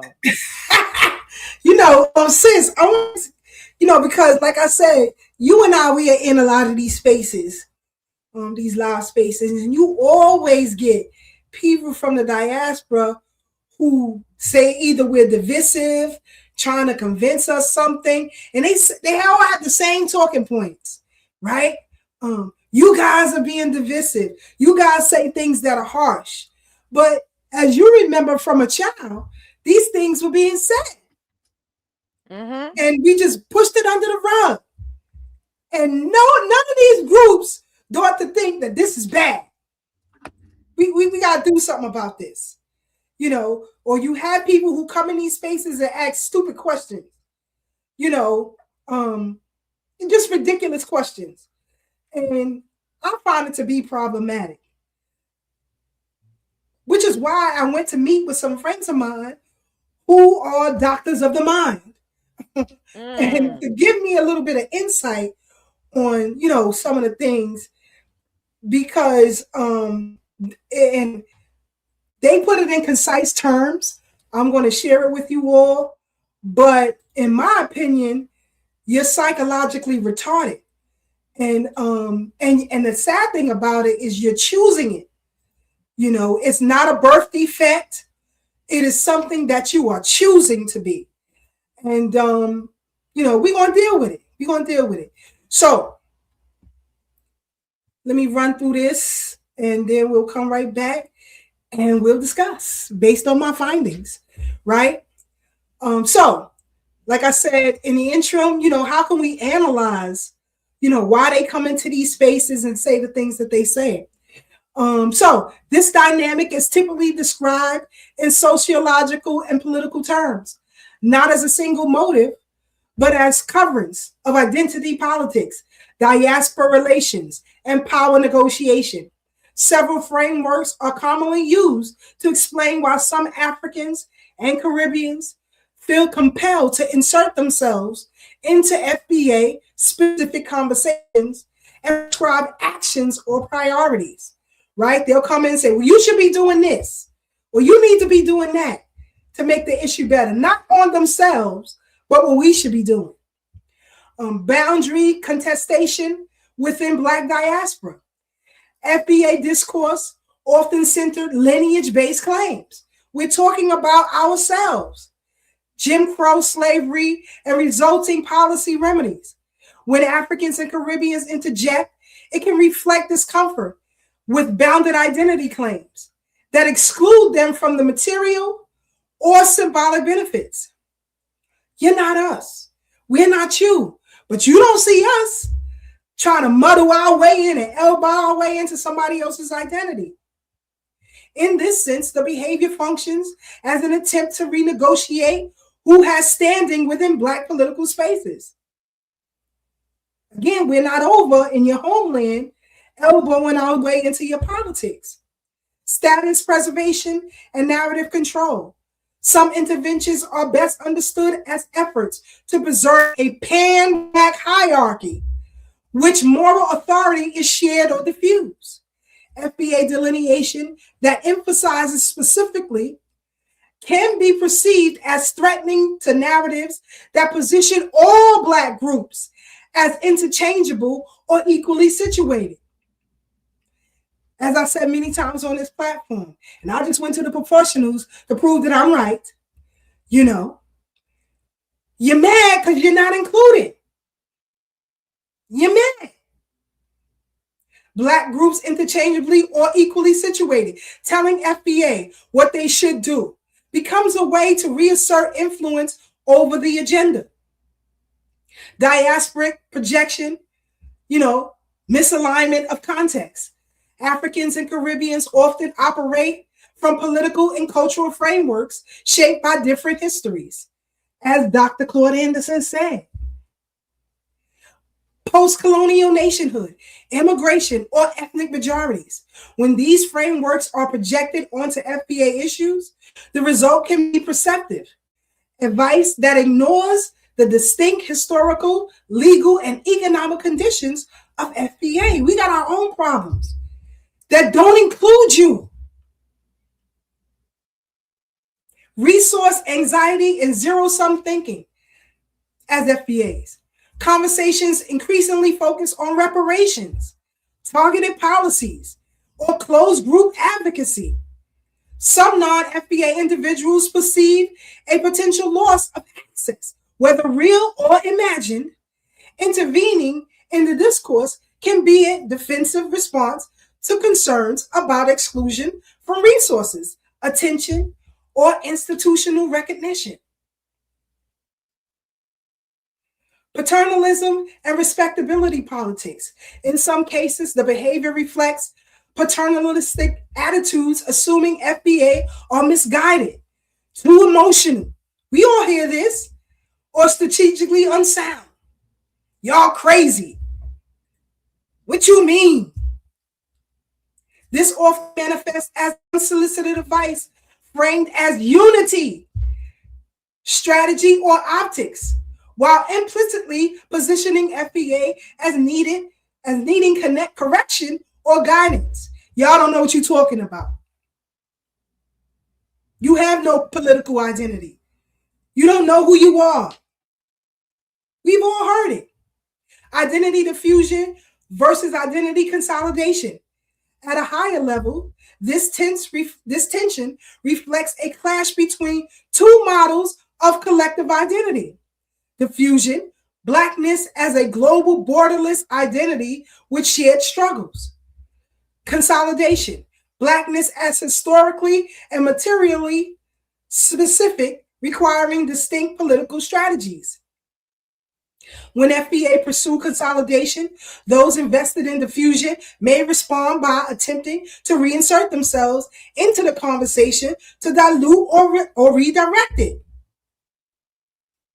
Brother Tad made a post, I think about a month ago, about the identity he is and that of his family. And people went batshit. To me, come on, bro. To me, this behavior is most accurately described as a combination of boundary resistance, agenda control, and identity anxiety. They lost their minds off of Tad's post. It is less about helping FBA and more about managing the implications of FBA self-determination for broader diaspora politics. This is structured analysis of why these conversations did not happen earlier within immigrant, or non-FBA groups, and why they are only occurring now. The FBAs are asserting lineage-based delineation and legal disaggregation. Now it's a problem because you're not included. You're not part of our identity, just like we're not a part of yours. But you don't see us losing our minds. This is why I say people are psychologically retarded. Incentive structures never rewarded solidarity with FBA. For most of U.S. history, there was no material, political, or social incentive for immigrant or non-FBA groups to challenge any, anti-FBA narratives within their own groups. You didn't challenge this behavior. You said nothing. Immigrant proximity to whiteness, real or perceived, was often rewarded and still is. It still is. That's why y'all not fighters here. You don't need no fights here. Not one. Distancing oneself from FBA was a survival and advancement strategy. Negative stereotypes about FBA function as a social currency, allowing newcomers to signal assimilation and respectability. As long as FBA remained politically diffused and administratively agitated or aggregated, there was no cost to holding or tolerating disdainful views. Nobody cared. Nobody cared. Anti-FBA narratives were instrumental, not accidental. Claims that FBA are lazy, cultureless, non-contributory were not merely prejudices, they were functional narratives. They served to justify unequal access to resources, originally won through FBA struggle. You didn't fight for nothing on these shores. Nothing. Your name ain't on no paperwork. You ain't in no museums. The archives don't have you in it. Rationalize and redirection of civil rights gains to non-descendant groups obscure the fact that FBA labor, law, and blood underwrote U.S. wealth accumulation. We built this nation's wealth. You can't benefit from it. Because these narratives were useful, there was no internal pressure to dismantle them. Aggregation made silence safe. Now that we're disaggregating or pushing forward legally, we're a problem. The legal bureaucratic aggregation of all Black population under a single racial category meant immigrants could benefit from FBA 1 policies without accountability. Disparities could be blamed on Black culture rather than lineage-specific harms. Like Claude Anderson said, you don't have the same history we've had here on this soil. You didn't go through the same things that we went through and still go through on this soil. Conversations about origin, obligation, and debt could be indifferently deferred. excuse me. In short, aggregation, protected avoidance. Why the be patient argument appears now. The call for patience is emerging only after FBA actions, not before, because disaggregation threatens access to moral claims, reparations, resources, tangibles, and political leverage. Lineage clarity exposes who is owed reparative justice and who is not on the United States soil. The collapse of the generic Black category removes insulation. This is not a moral awakening. It is a reactive defense posture. Why these conversations didn't happen internally before? There was no perceived risk in it to having them. Silence carry benefits. Confrontations carry costs. FBA were expected to remain indefinitely patient, forgiving, and available. I sent Brother Tad a video earlier of a Latino woman saying they should have been listening to us all along. Yep. Now it's too late. Only when FBA asserted boundaries did inaction become politically expensive. ICE. Why FBA are saying it's too late? From an FBA standpoint, too late does not mean reconciliation is impossible. It means the window for unaccountable benefit is closed. Moral appeals without prior corrective action lack credibility. Justice delayed across centuries is not resolved by last-minute dialogue requests. This mirrors labor disputes, land claims, and treaty violations globally. Venezuela, once the harm group formalizes its claim, tone, policing replaces dialogue. The core truth. What is being resisted is not conversation. It is consequence. Now you have consequences because you're not just going to say we don't have a culture and try to reclaim every genre of music. Every genre of music we created. Every genre of music either we created it or influenced it. Ask Fela Kuti. Interviews on YouTube. Afro beats came from his love of jazz, soul, and R&B. Had these groups confronted anti-FBA narratives internally decades ago, disaggregation would not feel threatening. Reparations would not feel exclusionary. Lineage claims would not feel divisive. This discomfort now arises because FBA are no longer asking for recognition. We are serving it. So, in final framing, foundational Black Americans are not late to the conversation. They are ending a period of unilateral patience that benefited everyone else.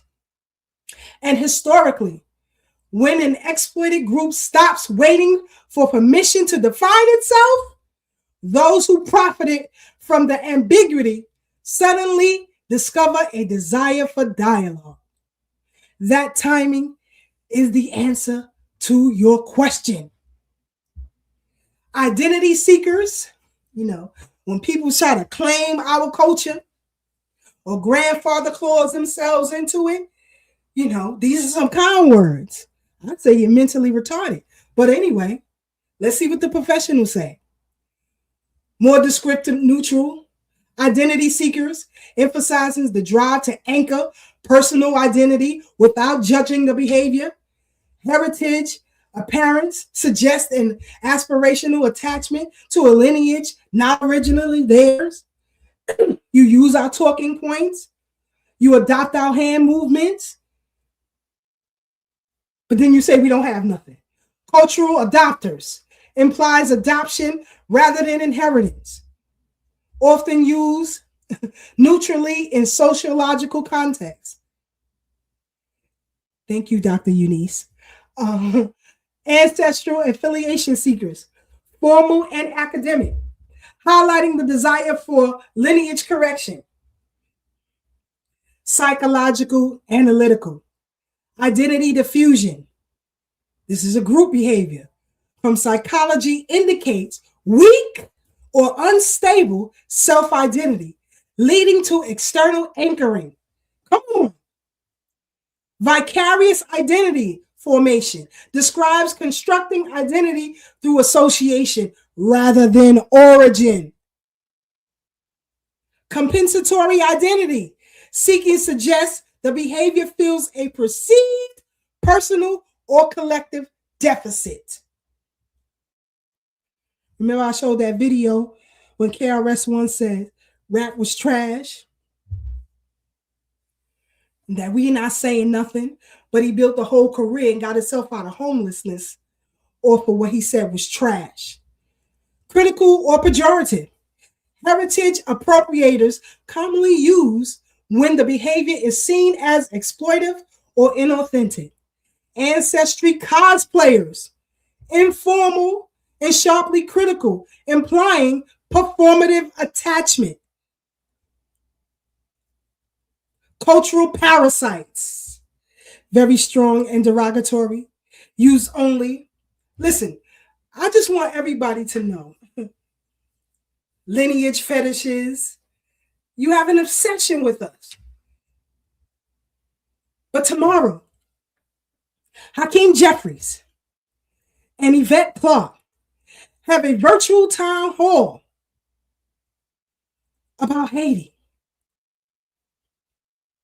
When you look at the sponsors, these groups work specifically for the people of Haiti and Haitians, Americans who live here on this soil. None of their programs benefit us. None of their programs mention us. It says in partnership with Haitian Americans in Action, Baraka Community Development Corporation, and the Foundation for the Emancipation of Women and Girls. Not women and girls here. Not FBA women and girls. So I say all this to say, there you have the psychological breakdown from professionals. Again, about what's going on here. Brother Tad, your thoughts. Y'all are cooking, and I'm enjoying it that you put the aspect of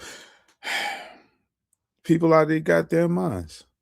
Like you said, arguing about our lineage, tethering themselves on to what we got going on. I couldn't have said it no better. I'm just being a student this evening. I can't hear you, sis. Let me get my brother Devon in here. Brother Devon, you ready? Give me the thumbs up when you're ready. Brother Devon, good meeting. The U.S. Freedmen's Project had on Zoom. I was listening on the back end. Okay. I was listening. Shout out to Sister Annette and Sister Phyllis. I was listening on the back end. Oh, there we go. Peace, Brother Devon. Incognito. Yeah, man, listen, right. Yeah, so I just want to say sorry, family. Sorry I'm late. We definitely had a orientation meeting. There has been a two-pronged effect, just to kind of give an update. As Sister Brooke has been going out there and shopping the emails and promoting our website.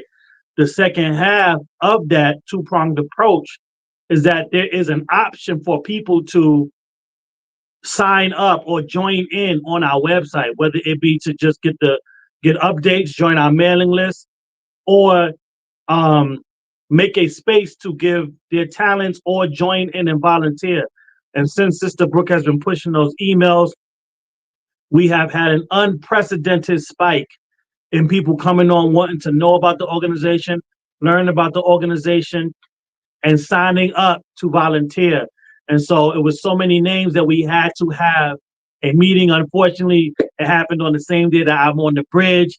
So we had to do both, but I definitely was not going to miss an opportunity to still join you guys on the bridge. So I wanted to make sure we wrapped that meeting. It went long because people had some beautiful excerpts to share and kind of just their particular thoughts. So yeah, it was a really powerful build. And what we're finding, the other half of this foundational Black American Renaissance, is that as people are awakening, right? Not to go back to the movies, but I know I speak movie but it's like the Matrix, right?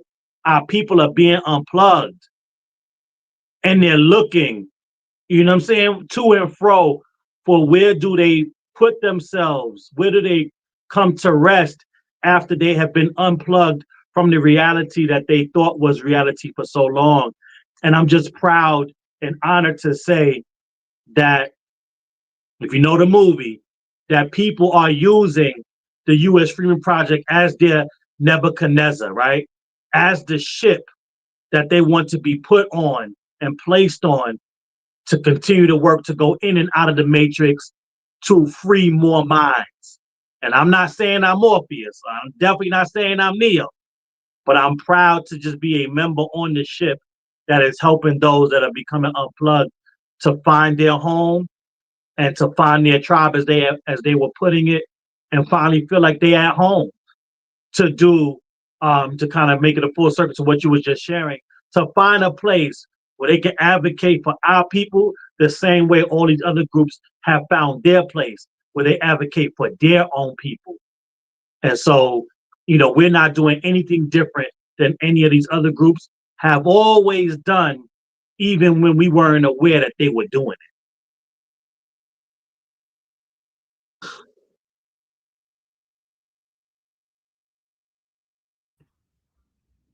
I think you muted, Sister. Yeah, you. Sorry. The link is pinned in the chat for all of you who could check out the U.S. Freedmen Project and you know, sign up so you can get information, join however way you wish to. Also, you have the call to actions that is pinned in the description of this broadcast. Like she said, or he said, the emails are working. We appreciate you guys sending them. Try to send it every day or twice a day, however way you choose. If you are a true ally and not of the lineage, this is your chance to make things right. Do it for your parents, your grandparents who came here before you. You know, help pay their debt. You could do it by sending these emails. But I don't know if you heard, Brother Divine, the piece that I was reading in the background, where I said I met with, excuse me, some friends of mine who are, one is a psychiatrist, excuse me, and one is a psychologist. And we've known each other for a lot of years. But they see what's going on. They listen to a lot of these spaces. And they gave me a professional breakdown of what it is that we're seeing with these people trying to either grandfather close themselves into our lineage, say we don't have a culture, fight against us, do not advocate for us. You know, why they don't see it as being disrespect, and the like. What are your thoughts on what it is that you've been hearing in a lot of these spaces? Because I said, you know, either they come in and say we're being divisive, or try to tell us what we should be doing to make their road smoother. Your thoughts, Brother Divine? Man, so I know the family, specifically your family, that has now become our family. You know, they say I tilt the hat when it's time to go in. I ain't got a hat on tonight, but I want to say that what you have shared and what they are telling you, it comes to no surprise to me. And that's kind of one of the unique positions, you know, for all the slack we get we still family from our foundational Black American family and brothers and sisters around the country for being New Yorkers, right? For all the flack we get. The benefit that we have is that we live amongst them and they live amongst us. So we get a chance to see a lot of things firsthand that most of our brothers and sisters from around the country that live in areas where the Afro-immigrant population isn't as pronounced or as large. These are things that they don't even know happen. These are things that they don't even know exist because they just are not there in large numbers. And so I'm blessed. I think I was telling this to Sister Brooke, like I'm blessed that we are part of that generation, that one of those last generations that are almost like a hybrid generation where we've got a chance to see what it's like when you had to be outside and had to be a real one. And also where you could be online and be whoever you made yourself out to be, right? So we have that connection where we got a chance to see both and we could juxtapose that together. So I'm using that as the framing for when we are around these the Afro immigrants. I'll put it this way. I say this all the time and I'll say it again. I was a Pan-Africanist until I started meeting actual Africans. And so, but that transition, right, was a tough transition. I'm not even going to hold you. I'm not going to pretend like it was easy. Like it, even now, I was talking to my sister Brooke the other day. There are certain things that I have to actively fight based on the disrespect that comes from Afro immigrants. It is still in my nature to want to have an understanding for them or to make an excuse, because that's the foundation of Pan-Africanism, right? You infantilize a lot of things that the diaspora does and blame it on ignorance and blaming on a learning curve or blaming it on they're in a new country, they just don't know no better. That is a foundation of Pan-Africanism. If you've ever talked to a Pan-African about the disrespect that comes from the diaspora to our way, you will hear 1,001 excuses on why that's the case. And when we return fire, or we just simply demand respect for our lineage, no quarter is given. No grace is on the table. We should know better. We shouldn't have done it. We shouldn't have said that. And so that is just kind of what that has done. So because of that, during that transition period, it was hard. It was tough. I've said this and I make no bones about it. I'm not ashamed. There are Afro immigrants in my circle that are like family. That has not changed. Here's the beautiful part about it though. Because they are family, they are the ones telling me, oh, you should disaggregate. You need to delineate. You should have did it a long time ago. That's how you know you have an ally, because they're not going to lie to you about what the diaspora is really doing. They don't sugarcoat it. They don't try to play in your face. And so they're the main ones that have been telling me all along that this is what we should have always been doing. And so there is a level of grace that was automatically being given to them based on me being a recovering Pan-African. And so if that was hard for me, and that was just an ideology that I followed, when we talk about a lot of the Afro immigrants, when we go from the first gen to second gen, by the time you get to the third gen, which is a growing population, they are having full-blown identity crises. Because the second gen knows when they go back home to their homelands, those countrymen don't look at them like they are Jamaican. They don't look at them like they are Haitian. They don't look at them like they are Nigerian. They otherize them. But here's the kicker, because I always quote this movie too, and y'all might be getting tired of me, but it don't matter.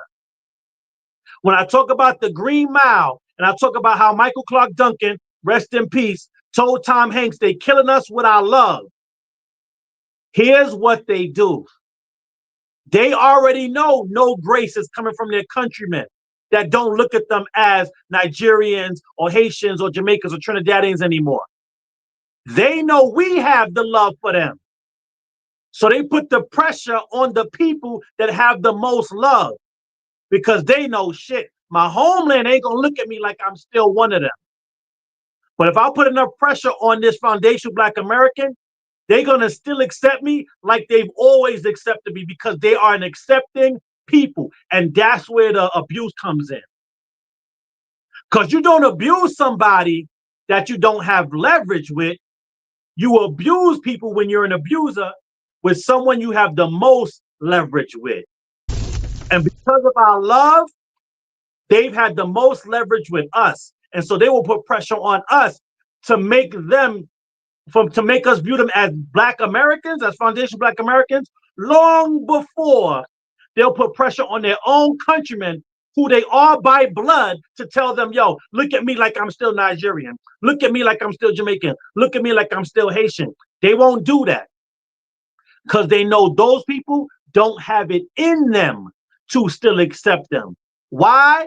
Because if they are here, especially here in America or another country abroad, they know who they stepped on and stepped over to get over here and had no remorse for and ain't never going back. So they know that same vitriol that they got for those people have vitriol for them. And they look at us and try to take advantage of our love. But like Sister Brooks said, or I don't know if it was on, I think it was on the bridge because I'll be listening to her talk so many different places. To quote another great foundational Black American, what does love have to do with it? And to quote another song, it's time for letting go.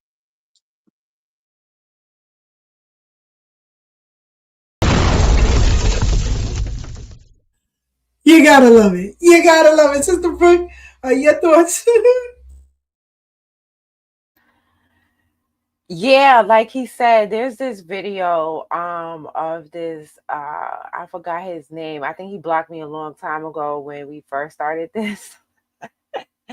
I forgot his name, but I think he's a Haitian gentleman, and he was like on a panel and he was saying like it was him and a bunch of other like second or third gens. And they were like, I realized that I just figured it out that like I am not foundational Black American, that I am a guest in the culture. And, they never realized that. See, but here's something that like I was going into them Caribbean parties, when I was at the soca parties and I was jumping up and I was waving my American flag and sometimes the Pan-African American flag. When I was jumping up and waving that flag, I always knew I was a guest. I tried to open people's eyes to certain things that I saw. Like, for instance, like I went somewhere. I won't go into where it was. I went somewhere and the person teaching the whining class looked like a white tea person to me. And I was trying to explain. I'm like, hold up. How y'all got this white tea person teaching the class on how to dance? As a foundational Black American, that blew my mind. And it was like, I was told, you guys are always looking at race, soca to the world. And I was like, okay. I said, you guys should kind of pay attention to that. Like, I don't think y'all should let that fly, let that slide. I already seen what was going on in hip hop, and this is like a good 5 to 10 years ago when I'm making these observations. I was told, and I said, what? I fell back because you know why? It ain't my culture. I'm a guest here. And so, and I was happy to be there and everything. I definitely enjoyed my time in the culture. But at the end of the day, I am a guest, and it was no confusing that for me. And so no matter how people be like, oh, yeah, because they called me American pepper sauce, right?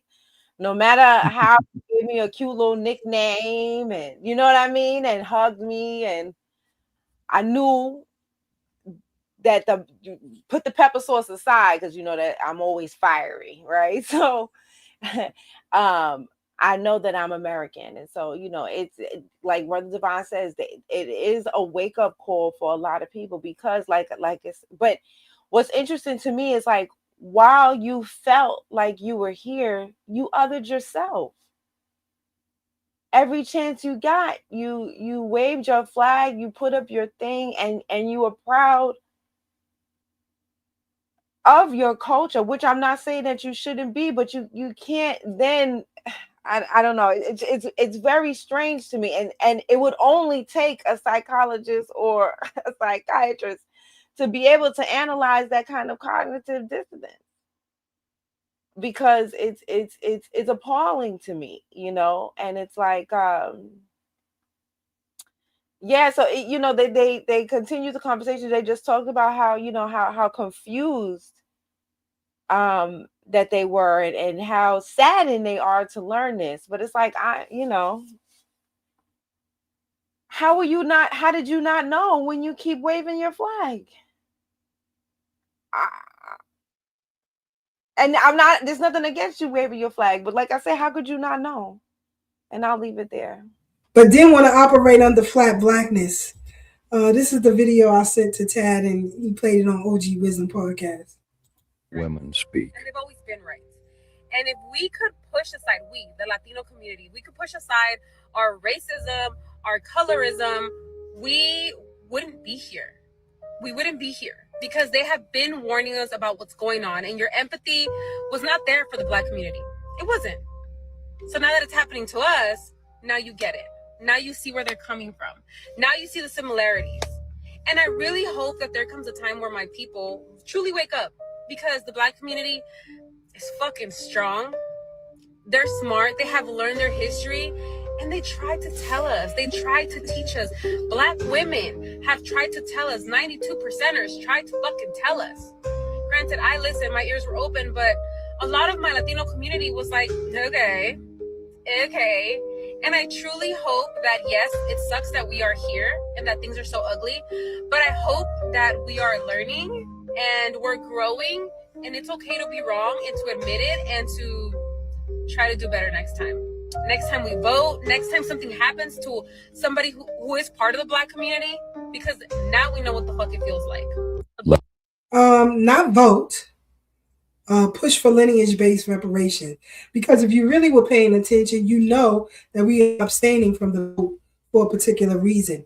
Now, how it affects us in a practical sense, but I don't hear no group speaking out against this. This Italian business owner gets called out for not hiring other Italians. Why don't you hire Italian immigrants to run your pizza shop? I've tried. It never works out. It always ends with them leaving, opening their own place, ultimately failing. I've been fucked over by them quite a bit. But they have a different way of life. Their work-life balance is not what it is in the United States. They want to show up late. They want to leave early. Now, there's nothing wrong with Italian immigrants. My grandparents were Italian immigrants. A lot of my great aunts and uncles were Italian immigrants, and they came to the United States and they worked their ass off. So I'm not talking about the older generations of Italian immigrants that built the United States or that built New York. I'm talking about the new age pizzaiolos coming from Italy, thinking they're king shit, coming here and telling us that our pizza sucks and this is the way we do it in Italy. The way they do it in Italy is great, but in New York, we built our own Italian American culture and we work hard here. You could be the most talented pizza. Hold on. You have these people delineating within the group. But that's not an issue. It's only an issue, like I said, when you were in that space, everyone is so used to leaning on us. You don't know how to stand on your own. You don't. You don't advocate for nothing, as far as we are concerned, on your own. Like it's not common sense to you that we should have a hate crime bill already, specifically for us. Like that's not even common sense to you. But, you know, when those folks call them out, they look shocked. Hold on one second. Let me just switch screens here. You're African, bro. Yeah, I'm African, bro. I'm not denying the fact. You're not black, bro. You're African. Being African is being black. Are you dumb? Nah, bro. Oh God, there's a difference. Okay, so you're black, yeah. If someone's black, like they carry the culture, the heritage, you know, all that stuff of a black person, you know. But an African guy, he has different culture, he has different everything. And if you look at when you talk black, I'm thinking like African American, like the black guys you see in the U.S. But then when you say African, I'm thinking of all the Niger boys, you know, all those guys, you know, Ghana and all that stuff. It's very different people. Ever since my mom gave birth to me, I've never seen anybody as stupid as you. Like, you are beyond stupid. I'm lost of words to describe how stupid you are, bro. You make me lose a brain cell. I'm not gonna lie. Like, I might gotta go to bed after this. Like, I'm done streaming. You from Nigeria? But where's the lie? Where's the lie that this boy from New Zealand told him? Where's the lie? Because this same streamer, along with people like Kai Sanat and others, made it very plain. They ain't us. And now it's becoming a part of mainstream, and people really in a tizzy. This is not a flex for us. It may be a flex for y'all, because now people are talking about it in these spaces. This is not a flex for us. We know who the enemy is. We see them for who they are. We have to use our talking points, especially when it comes to voting season. You see what I'm saying? But the call out is real, because you have people like Byron Donalds and Candace Owens who speak disparagingly about us, and they ain't even from here. Racist for that? They did. Which is actually quite interesting, because I got a call from the Foundational Black American Society here in Florida, who reminded me that Byron's mother is Jamaican, he is Panamanian, and they found it quite insulting, in their words, that he would try to claim victimhood of slavery without a single descendant of American slaves in his family. I like that. Now, first of all, we're not a society. We're a lineage. Lineage. You see? The movement, it ain't a movement, it's a lineage. The movement is delineation and disaggregation. That's the movement. But people online having a tizzy about this. But even in their inaccuracy, nobody talking about y'all. Nobody talking about y'all, except to do you in.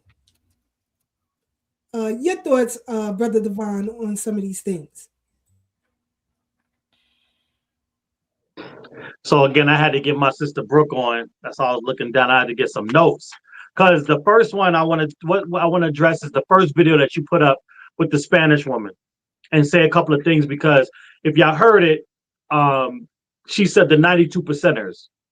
So the 92 percenters is the talking point about the quote unquote Black and Afro immigrant women that voted for Kamala, right? And so I talked about this before, where, you know, whether it be the ancestors or whoever, for the first time in a long time, maybe even in history, you got the grassroots and the usual boule class and or elite political class on the same accord, but for different reasons, right? We're standing on lineage business.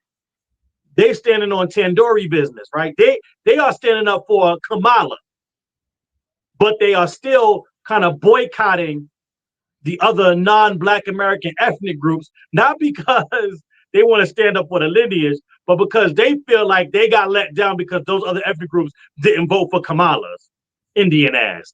That's a whole other conversation to have, but that's what she meant by the 92 percenters. But more importantly, I don't know if y'all remember this, but it brought it to my mind. It was a stand-up that Kramer did. Michael Richards from Seinfeld. Remember that? Y'all remember that? When he went on that racist rant? After that, shortly after that, Dave Chappelle did a stand-up in the same place that meltdown happened. So just walk me for a little bit. So in that stand-up, you know, he's doing various jokes, but then he brings up the Kramer reference. And I'm bringing all that up to say at the end, because this is a message for that Hispanic Latina sister that was talking about all the stuff she was talking about. Because Dave Chappelle, at the end, the punchline was he was at his house because he feels like he's a certain percentage Black and then a certain percentage comedian. So he was saying the comedian in him was telling Kramer, don't worry about it. You'll get him the next show. And the punchline was, but Kramer, there's not going to be another show. And I'm saying that to that. She said, hopefully we get it right the next time. And I just want to tell Miss Chiquita Banana, for a lot of your community, there ain't going to be a next time. So that's that. Now off to that Nigerian, or whatever he was, that continental African brother. Isn't it funny how no matter who it is, whenever the truth comes out, the first thing they go to is to try to talk about or denigrate your intelligence level? These people are some of the most deluded people on the planet. They have read their press and allowed white society to pump their head up so big. And I'm not just talking about the Somalians, no shade. But they allowed their heads to be pumped up so big that they actually believe it now. Some of them believe it, which we can go to some more psychoanalyze that we're going to need. They believe that they're smarter than certain people groups that go against their canned and pre-programmed talking points. Now he knows that in his homeland, whatever one it is, because it's damn near all of them, there are thousands of different ethnic groups that don't look at themselves as the same. But you can't understand what he was talking about between Black American and continental African. Get out. Like, this is the con game that they've been running for so long that if there's not a psychological impairment that makes them believe it, they understand that they have to stay committed to that lie, because without that lie, they don't have an identity and they don't have a game in town. They don't got nothing. So that's why they stay so close to it. And lastly, I wanted to talk about the last part where Tucker Carlson and that pimp named Fishback. We know that they're not trying to do nothing for the lineage. So it kills me when these tethers be going on their rants talking about, oh, look at the white supremacists talk about y'all. And see, we knew that that's what it was about. It's like, hold on. The white supremacists are responsible for your entire existence in this country. Both left and right-wing white supremacists. So are you now white supremacists because of that? How come y'all always... They've been undergirding you in this country since you got here. Matter of fact, you came here so that you could align with white supremacy. But you want to try to project onto us because a couple of white supremacists talked about something that is common knowledge? See, here's what y'all don't understand, and why this is not anything profound to us. We foundational Black American. We always set the trend, not just for you. You ain't nobody. We set the trend for everybody. We used to the white supremacists copying us. Where do you think Elvis came from? Where do you think all these other white supremacists and white adjacent people that become cool, where do you think they got it from? From you? Them do gay? They not out there dancing on dirt roads with their titties out. They're not doing that. They doing us. They have always taken what we do and try to emulate it and repackage it. So them talking about what we're talking about, where do you think the term Heritage American came from? They wasn't talking that until we stood on business and said we foundational Black American and everybody else is something else. And it ain't up for debate. We wasn't trying to get a consensus. We wasn't trying to get take a poll of public opinion. We were just making sure we got enough of us on code because we already know what that looks like. And here's something we found out, because people talk about boycotts all the time, but one of the most successful boycotts of all time was the Montgomery boycott. And you want to know why that was so successful? Because damn near 100% of the Black people in the United States of America at that time were foundational Black Americans. And so what we're doing right now is nothing new. We just getting back to who we were before the confusion. And it's a line. Oh, it was so deep when I saw it. I know I talk about movies, but this one's a play. I'll stick to a play this time. It was the Hamilton play. And it was a line in that play that was so powerful because they was talking about division and talking about all the same bullshit that they talk about today when we talk about delineation. He said, you know what? I'd rather be divisive than indecisive. And I just want y'all to know we've made our decision and we ain't going back. So if it's divisive and if it's divisive and if it's division or any other term you can come up with that's a synonym of divisive, then so be it. Because the decision is made and we rather be decisive than divisive. I mean, we'd rather be divisive than indecisive because we know where we at and we know who we are. Whether you acknowledge it or not, whether the white supremacists acknowledge it or not. Like, that's what y'all got to understand about us as a people. We ain't never needed nobody else's permission to be who we are. Now, you got to ask yourself, if that is who you are.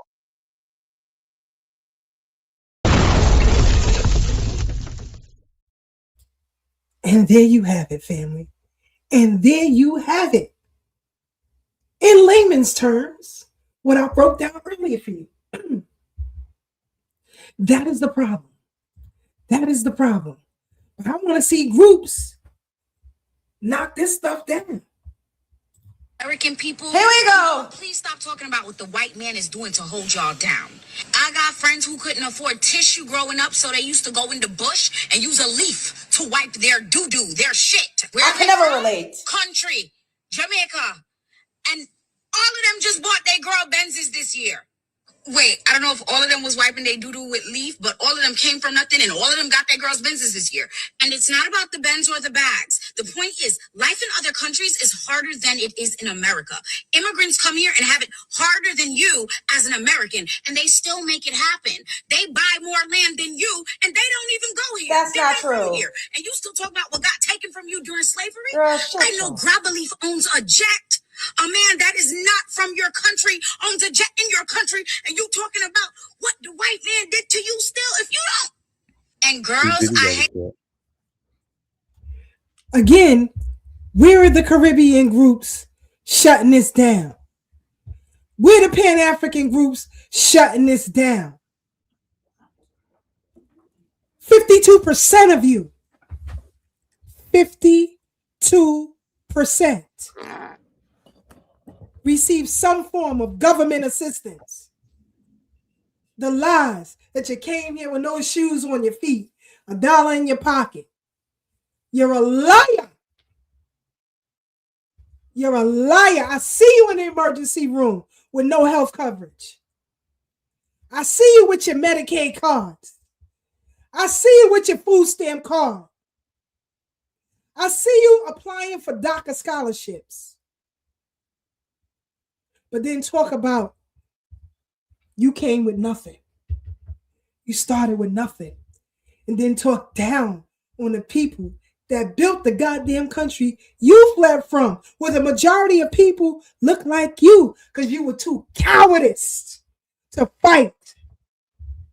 Whether it was you, your parents, your grandparents, whomever. They didn't fight in their homeland, and their asses don't fight here either. You made it here because we made it so. The mere fact that she is speaking through her phone with a microphone system, we made it so. When you can drive your vehicle, some of the instruments that is used to make your vehicle run, we made it so. Whether you're here or abroad and you have electric lights, we made it so. Because you're too obese or in poor health and can't walk up 20 flights of stairs, we made that elevator possible. Whether you're flying here, flying back home, We made it possible. As Dr. Claude Anderson said, in every war. We fought in every war. Last week we talked about 4 enslaved black men who appealed to the court for their freedom. In 1773, the language used in their pro se case is now a part of the Declaration of Independence. So when you come here and you talk that crap, why don't you have me on these goddamn panels? We need me, Brother Tad, and Devon on these panels. We come in a 3-pack, 4-pack with Sister Brooke. Let's get it popping. Give me your best. I will destroy you with your own argument. Don't tell me what this great person did over there. This great person did over there. You ain't do a goddamn thing to uphold what they did over there. You ran. You ran. Because, you know, Sister Brooke posted her picture from the museum. I can't play the music, but the song she chose was Mobb Deep. Because ain't no such things as halfway crooks. Scared to death, scared to look shook. With that, we've come to the end of our program. Catch us next week. I might do a live Saturday evening on some things. I'll let you know. Be on the lookout for that because I'm going to try to do late night Saturday commentary, weekend review. And we should button rush somebody's platform like we did in Flatbush. Uh-oh.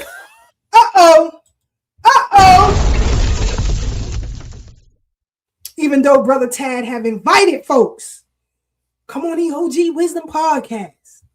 Come on Thorough Black Talk. Mm-hmm. Because ain't no such things as halfway crooks.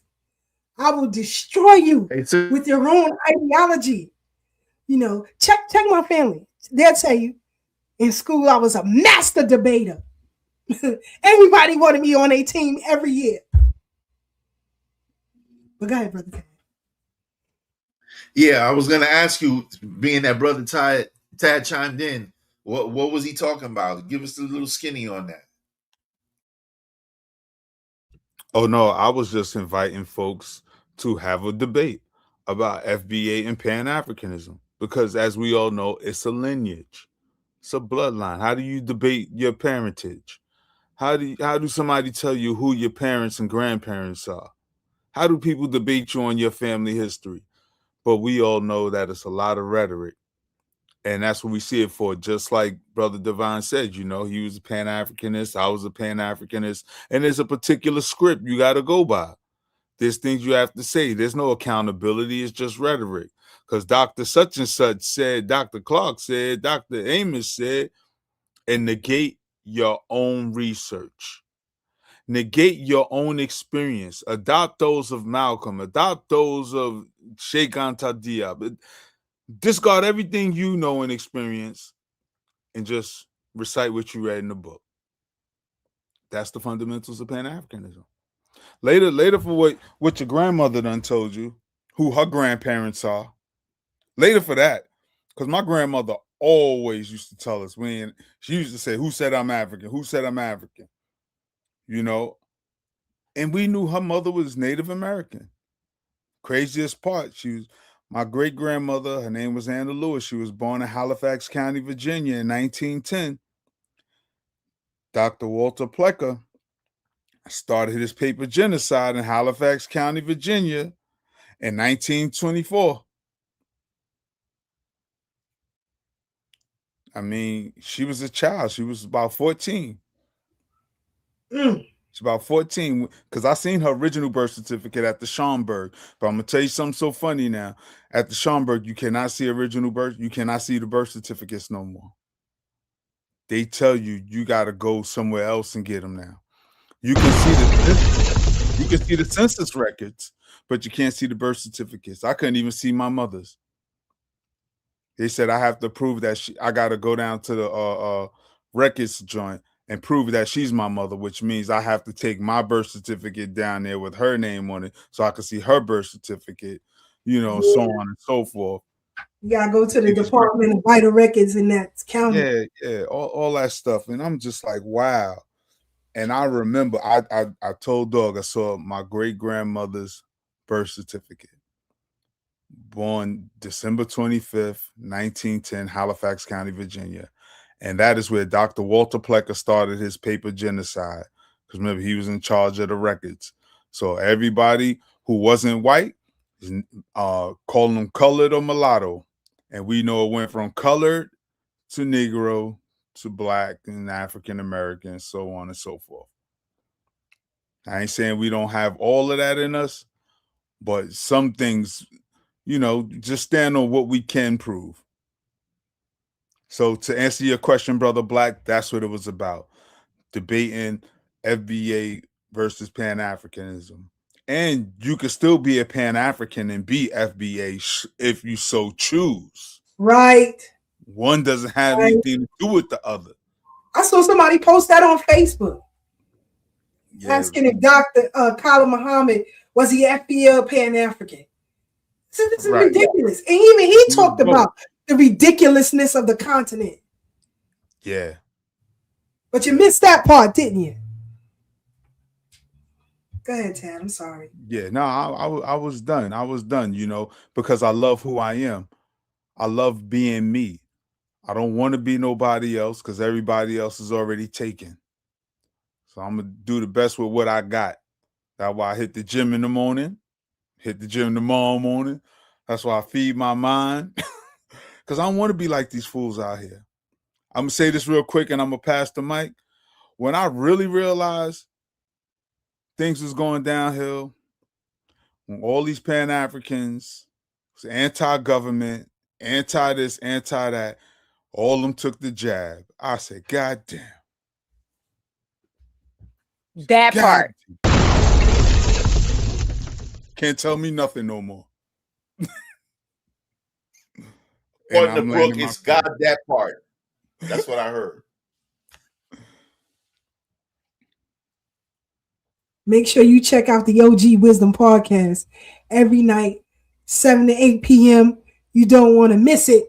You might catch me on a couple of episodes. You never know when the flamethrower going to pull up. Brother Black. We about to bum rush these spaces, sis. We about to kill him. We about to kill him. Brother Black, Tad, 2 minutes for final thoughts and commentary. Okay, I'm going to start with this. Brother Tad, I got you, Black. With the OG Wisdom podcast, because I be busy, but sometimes I be in the crib. I can listen to it while I'm doing stuff. So definitely tag my page so that other people can be in the algorithms on my side as well. Another great show, y'all. Love y'all. I learned a lot today. Sometimes I gotta just shut up and listen. You know what I'm saying? But if I have a question, I'm gonna interject and just love and respect everybody as much as possible. Those that deserve it. We're not fools out here now. And let's keep going. And we're going to keep doing this on the bridge until we're free. And we're going to have a party on the bridge that goes between 138th and Harlem. Peace. She said that real quick and bounced. Slick Bronx talk. Slick ass Bronx talk. See what I'm talking about? But that's our brother. That's our brother. Sister Marcia, your final thoughts and commentary, 2 minutes. I just want to say thank you for another great show, and also shout out to Mama Maddox. I love those times that we sat together in her office and talked about organizing, and she also very instrumental in getting my mind right when I was in corporate spaces that I didn't belong, and we worked together, so I appreciate her. I was also there. I don't know if Yvette Clark appeared at UAM multiple times, but I know I was there one time. No. So just one time? No times. But I met her there. She came when we invited what's her name? Cockeye. Tish James. Oh, well, I met her there. I can say that much. I ain't never seen that. I wasn't there that day. I met her there, and I was really grateful for an opportunity to have a conversation with her. And I like that she called everybody baby, but I like that. Hey, babe. I like the way she said You it. talking about Congresswoman Yvette Clarke? Not Yvette Clarke. Yeah, because she ain't never been to UAM. Oh, not so I messed up. Colia, you mean Colia Clarke? Yeah. Boy, Jesus, that's a big difference. It is a big difference, but I made an error, and I'm allowed to make errors. And she talked about one of the Clark sisters that used to sing gospel songs. You right? I'm right from Detroit. Somebody okay, well, love that's Jesus. my 2 minutes, and I know I met the sister.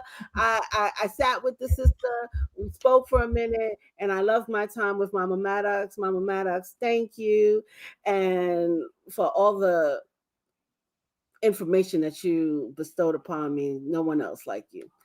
And that's it. Have a magnificent week. Make time flourish, or fight with that sucker, and may it flourish for you all. Colia Clarke. She did run for Senate here in Queens. Colia Clarke spent a lot of time at UAM. She was the personal secretary of Medgar Evers. Yvette Clarke, the congresswoman, her ass ain't never been there. No, the one that transitioned. I'll agree with you. Just want to clear the record up. Thank you. You're welcome, sis. You're welcome. Sister Brooke, your final thoughts and commentary. Okay, so I got notes here. So when we talked about I want to go back a little bit. When we talked about the Tucker Carlson, this is something important I want people to understand. See, I wasn't excited that they recognize us because I'm already knowing, just like we talked about earlier, they copied us when we did the Lindy Hop.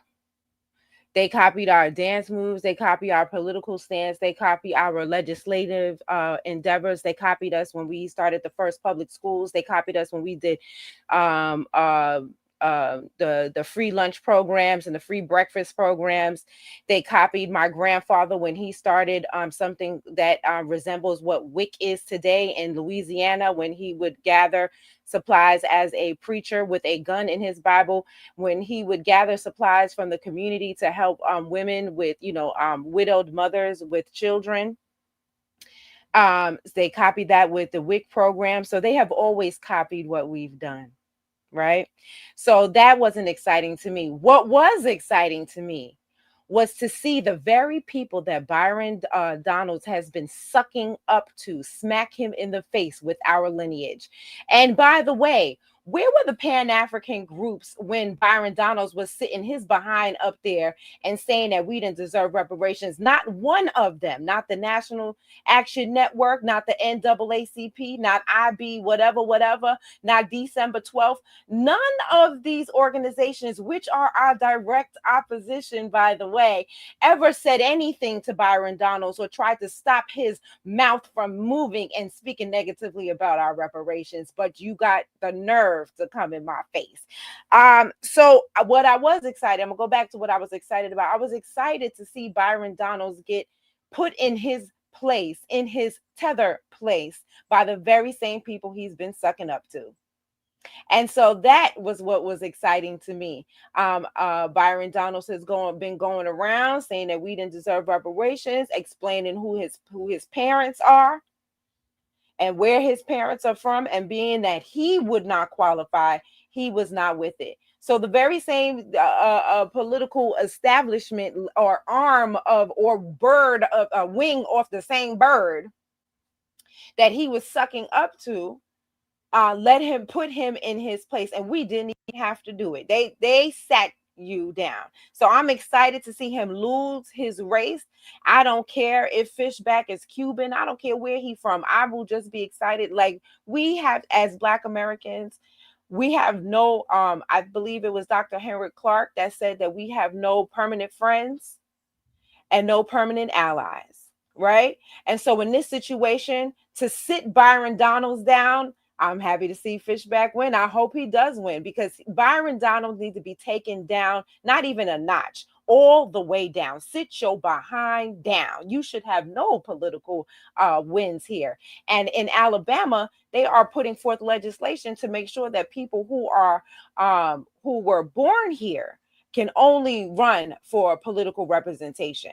And so I think it should go a step further, because I think that even first gens should not be allowed, because that's what Byron Donalds is. And I also feel that they should not be judges. It needs to go further. So legislation is popping and it's not stopping. And so we're going to keep going, and new ideas of how to correct and make this country great is happening all over the country. Okay, so I also want to talk about the fact that y'all said that a lot of people said that white folks wouldn't see a difference. That's proven not to be true. So you don't even have to break out your accents anymore, because they can tell the difference between us and you, and they know that we've been here 400 years and you have not. Okay, and I also wanted to talk about, let's see.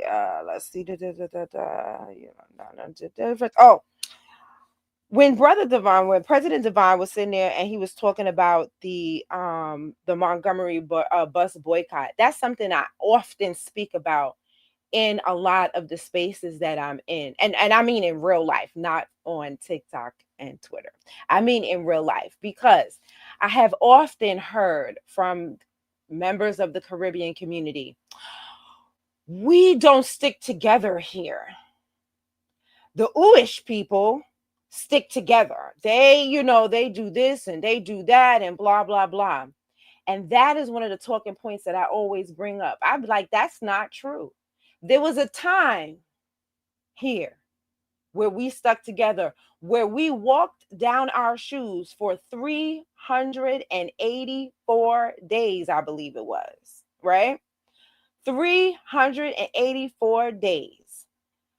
Why is it that we were able to have a boycott at that time the way we did? And why can't we get a boycott going now? Now, President Devine already answered that question, but when I'm in these spaces, it's just something I want them to think about. What has changed now that was different then? And the difference is we have people here wearing our skin that don't want to fight. They don't want to stand. They only care about going to work, making their money, and doing whatever it is what they do with their money. By the way, since we're on money, I had to do an emergency live the other day because I saw a headline that I wanted to make sure that was not buried. And the headline reads, notoriously fraudulent New York healthcare program lost $1.2 billion to fraud. Minnesota by 10. So as all of these people are sitting there talking about how they got here with $1 in your pocket, you got here with $1 in your pocket, but the Democrats make sure that they scam, cheat, and push you to the front to receive our tax dollars for nothing. I talked about how that there was a person who received one person received $384,000 for the care of his mother, who was never even here. Bangladesh the entire time. So when you sit here and talk about your friends having a jet, how did they get that jet?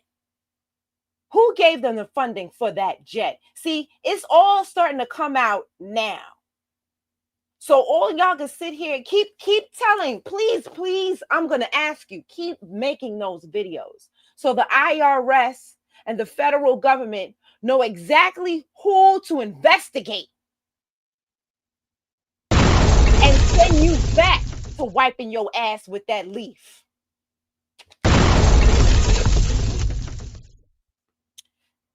And the last thing I want to say is, hold on, sis, before you move on, because you mentioned Montgomery bus boycott. See the older gentleman in the suit Mm-hmm. in front of my daughter? That is Reverend Herbert Oliver, who was one of the kickstarters of the Montgomery bus boycott. You should know his name. He also was a key factor here in Brooklyn with the Ocean Hill Brownsville case. Wow. So again, you never know who's in your midst or who we know on Thorough Black Talk. But go ahead. That's amazing. That you kind of blew my mind with that right there. That you guys are so I don't know. I feel like I be sitting at the feet of giants. You know what I'm saying? When I'm around you guys, I like the amount of people that you know. Like, man. All right, let me get my thoughts together. Okay, so the last thing I wanted to say was we have no shame. You think you could shame us by telling us we MAGA? I don't give a fuck. You think you could shame me by telling me I'm divisive? I don't give two fucks. You think you could shame me by telling me that, you know what I'm saying? Oh, I'm excited that white folks acknowledge me. I don't give three fucks. Whatever shaming tactic you think that you could bring can't nothing compare to what the white supremacist has done to us on this land. And you know what that has done to us? It has created a group of people with a not giving a fuck attitude that is so ingrained in our DNA that it can't be bred out. See, you give many fucks. You want to be acknowledged. You want to be patted on your little head and told that you've done a good job, told to come in. President Devine talks about all the time that he was in a space, and I'm going to steal your story. He was in, because you ain't say it, so look. Anyway, he was in a space, and he heard this Nigerian gentleman, and I'm being very nice by calling him a gentleman. He said, the difference between us is, and these are his words, is the Black American will fight back when the white man spits on him. And the Nigerian will wipe the spit off and cash his check and keep working. And you are absolutely right. That is the difference between us. You want the spit. You like the spit. You take the spit and rub it in your skin like even melanin products. But see, we don't accept that sort of treatment. We will always fight back. As I said before, there's never been even a decade that went by on this land where we didn't fight back. From the time they put their stanky white foot on this soil. And we will always fight back. And if you are the type of person that fights back as well, join with us. And if you are not, take your ass home because we got work to do.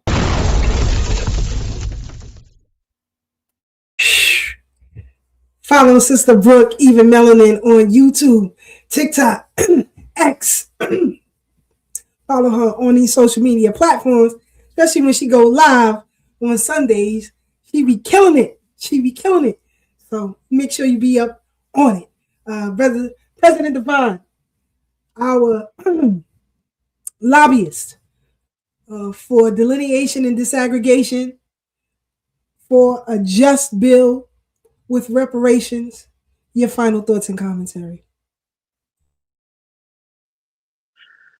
Oh man, just to add, I think what is much needed context of what Sister Brooke used in the story is that was a Nigerian professor with a PhD. That wasn't just a regular Nigerian, that was a Nigerian professor with a PhD. And the words he used, so we can give it the full context, is he said, Black Americans think justice is getting a white man that spit on them fired, while Nigerians know that justice is wiping the spit off and still cashing the check because the money was most important. So he was framing it around justice, which I think is even more egregious to say justice is accepting it. So there's that. One of the things I wanted to say is something that came to my mind because it's a saying that we all kind of know and acknowledge when we're talking about the oppressors, the AKA white supremacists, right? And so it's a saying goes something like, when you live the life of privilege, equality seems like oppression. Was that Bushmeat back? Y'all gotta be on X or TikTok to know who that is. If that was Bushmeat, he would have pretended to be a woman first, then said about the spit, but that'd have been a whole different conversation. But again, and Bushmeat ain't no professor, or he don't have no PhD either. I was about to write that in the chat. That's what I'm typing about right now. Bushmeat ain't got no credentials, but you'd be surprised. Credentials. Who knows? He might be a professor at Gorilla U. You never know. So anyway, so like I was saying, for white folks, we understand that when we talk about them in the way in which they view equality, it's like when you live that life of privilege, then equality feels like oppression. And so now when we're talking about these disrespectful diasporans, when you and their relationship with us, when you've lived a life of cultural exploitation, boundaries feel like division. And that's what we're dealing with them. It's akin to a abusive relationship. I've said that before. And now when they talk about us being white supremacists and all the other BS, it's the stage of when the abusive partner tries to sully your reputation to any other potential suitors, right? They believe that if they can denigrate you in the eyes of everybody else, then you won't go anywhere. And the last stage, unfortunately, in a lot of those situations, is the whole, if we can't have you, nobody will. But I just want to make sure that I put this PSA out for any tether that is thinking along those lines. Because like Sister Brooke said, in a decade that went past, that we ain't been whooping ass. But here's what's also been happening over those decades. There has never been a decade where we had to put boot to ass to you. We've kind of just let you rock. We didn't want to punch down. You was that annoying, uncool little brother or little sister that we kind of just let rock. It was like, yeah, they being a little bit disrespectful if you were somebody else. But since you family, what I'm here to tell you is that connection has been severed. What we didn't know is that you severed it a long time ago. So now we're just honoring it. We're honoring the severance. Clip that. Go ahead. But what I want you to also understand is in that severance, don't F around and get the severance pay that you always was owed. You see what I'm saying? We're trying to allow you to wipe your debt clean. Because we remember all the stuff that you used to do. And if we really wanted to get retroactive, there's a couple of ass whoopings that you are still owed. Off GP on what you used to say and what you used to do. So just kind of chill and just, you know what I'm saying? Let the break happen. Stop the lies and just get your stuff in order. Because there's a lot of stuff that you need to be focused on. No matter which homeland is yours. The size of the fish that you need to be frying is so big, you shouldn't have any time to waste on what foundational Black Americans are doing, how we are identifying, and what we're doing politically. You have so much more work to do. And so on that note, I just want to bring some attention to this. I'm wearing this shirt right here. It says his dream still matters. Today is the great ancestor, Dr. Martin Luther King Jr.'s actual birthday. And I want to pay him the honor and the respect that he deserves, not to promote any other channels, but a member in the New Black Media did a great breakdown and analysis of the Dr. King. Professor Black Truth. All right, yeah, I noticed your platform. I want to respect. I don't want to say nobody else's name just in case. But yeah, Professor Black Truth did a great video on Dr. King. And I think I'm encouraging everybody to go watch it on today as it is still his birthday. And he is one of the greatest foundational Black Americans, in my opinion, that the world has ever known. And he might be one of the greatest human beings ever produced on this planet. That's how I view him, in my opinion. But in addition to all that he has done, and in the topic of the show, I want to say this. Dr. King was not only one of the greatest activists this world has ever produced, he was a lineage-based activist. I need that to be known on his birthday, because a lot of people like to play stupid and try to rewrite Freudian slip the history, because he has one of the most whitewashed individuals. But what we also starting to find out is that there is a new term when it comes to history. And it has been a lot of Wakanda washing of his legacy. So we're not letting the whitewashing going down, and we're not letting the Wakanda washing going down. And so he was a lineage-based activist that fought for foundational Black Americans first, foremost, and primarily. And most of his strategy, when it did include other people, it was to further the progress of foundational Black Americans. He said, since something special was done to the Negro, something special has to be done for the Negro.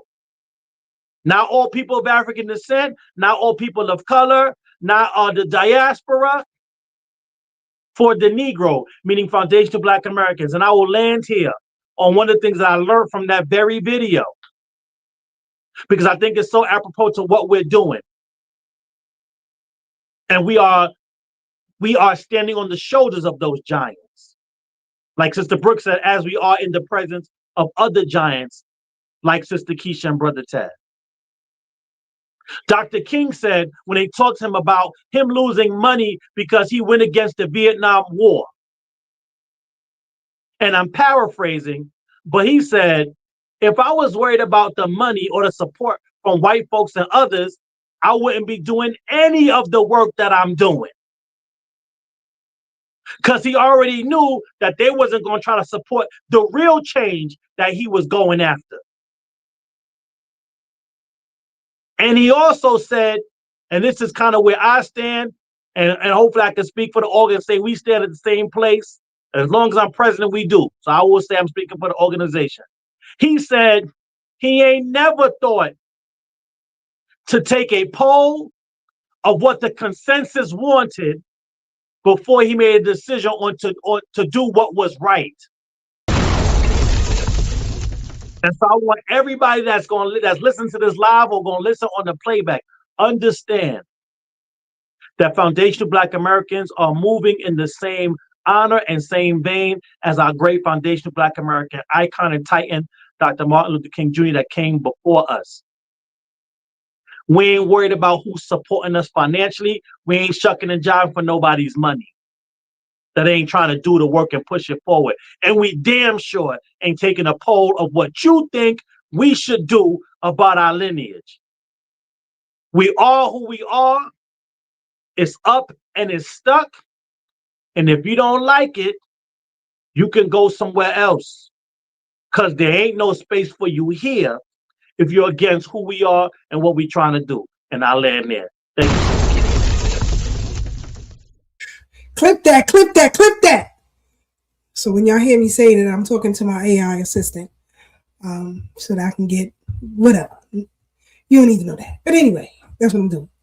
So I bid y'all a good rest of the week. I hope you learned something here on the Brooklyn Bridge. I hope I did my friends justice by giving a clinical definition of what a tether is. So we're going to close out with this clip, and then we'll go home, because I know Brother Devon, he likes to groove out to our closeout music. He be rocking. Y'all can't see him behind the scenes in the green room, but I do. He be going heavy.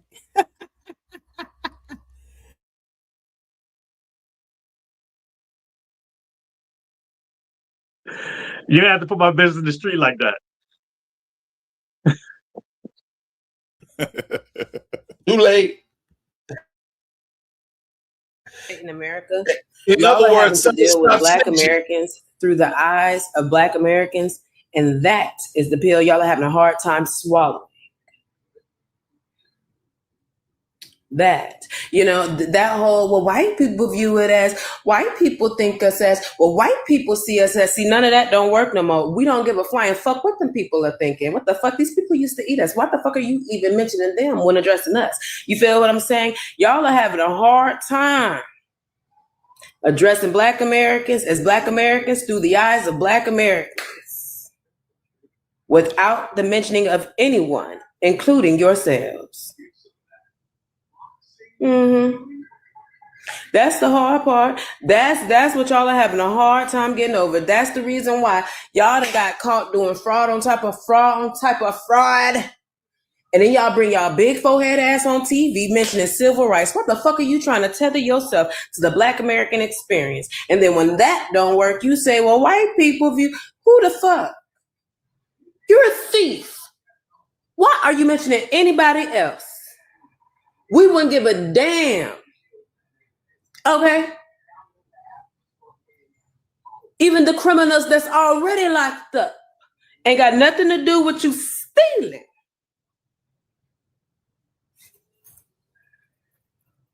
Y'all being done how what you call it, mama did her? Because you wasn't crying when you was stealing, so just get the ass whooping and get the hell on.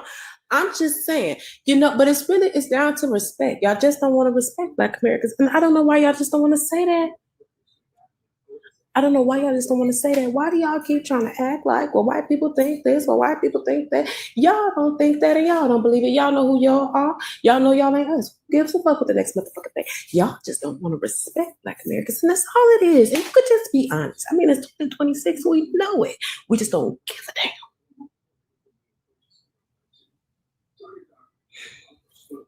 At this, Listen, y'all have a great rest of the week. We are out, y'all. Good night.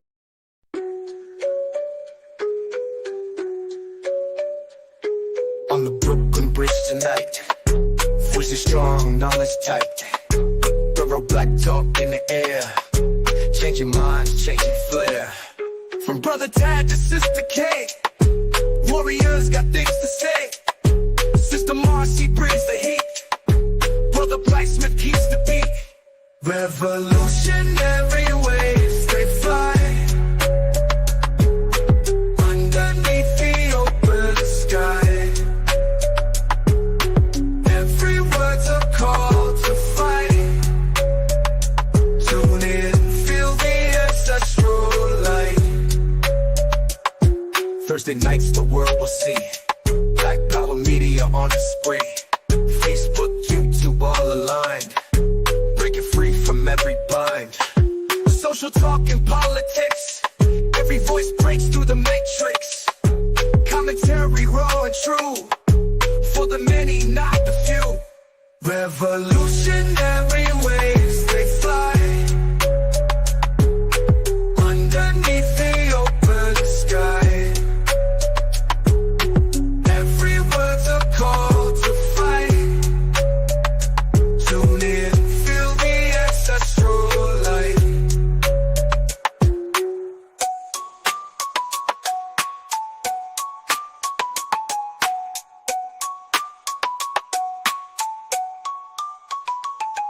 First we'll talk in politics. Every voice breaks through the matrix. Commentary raw and true. For the many, not the few. Revolutionary waves, they fly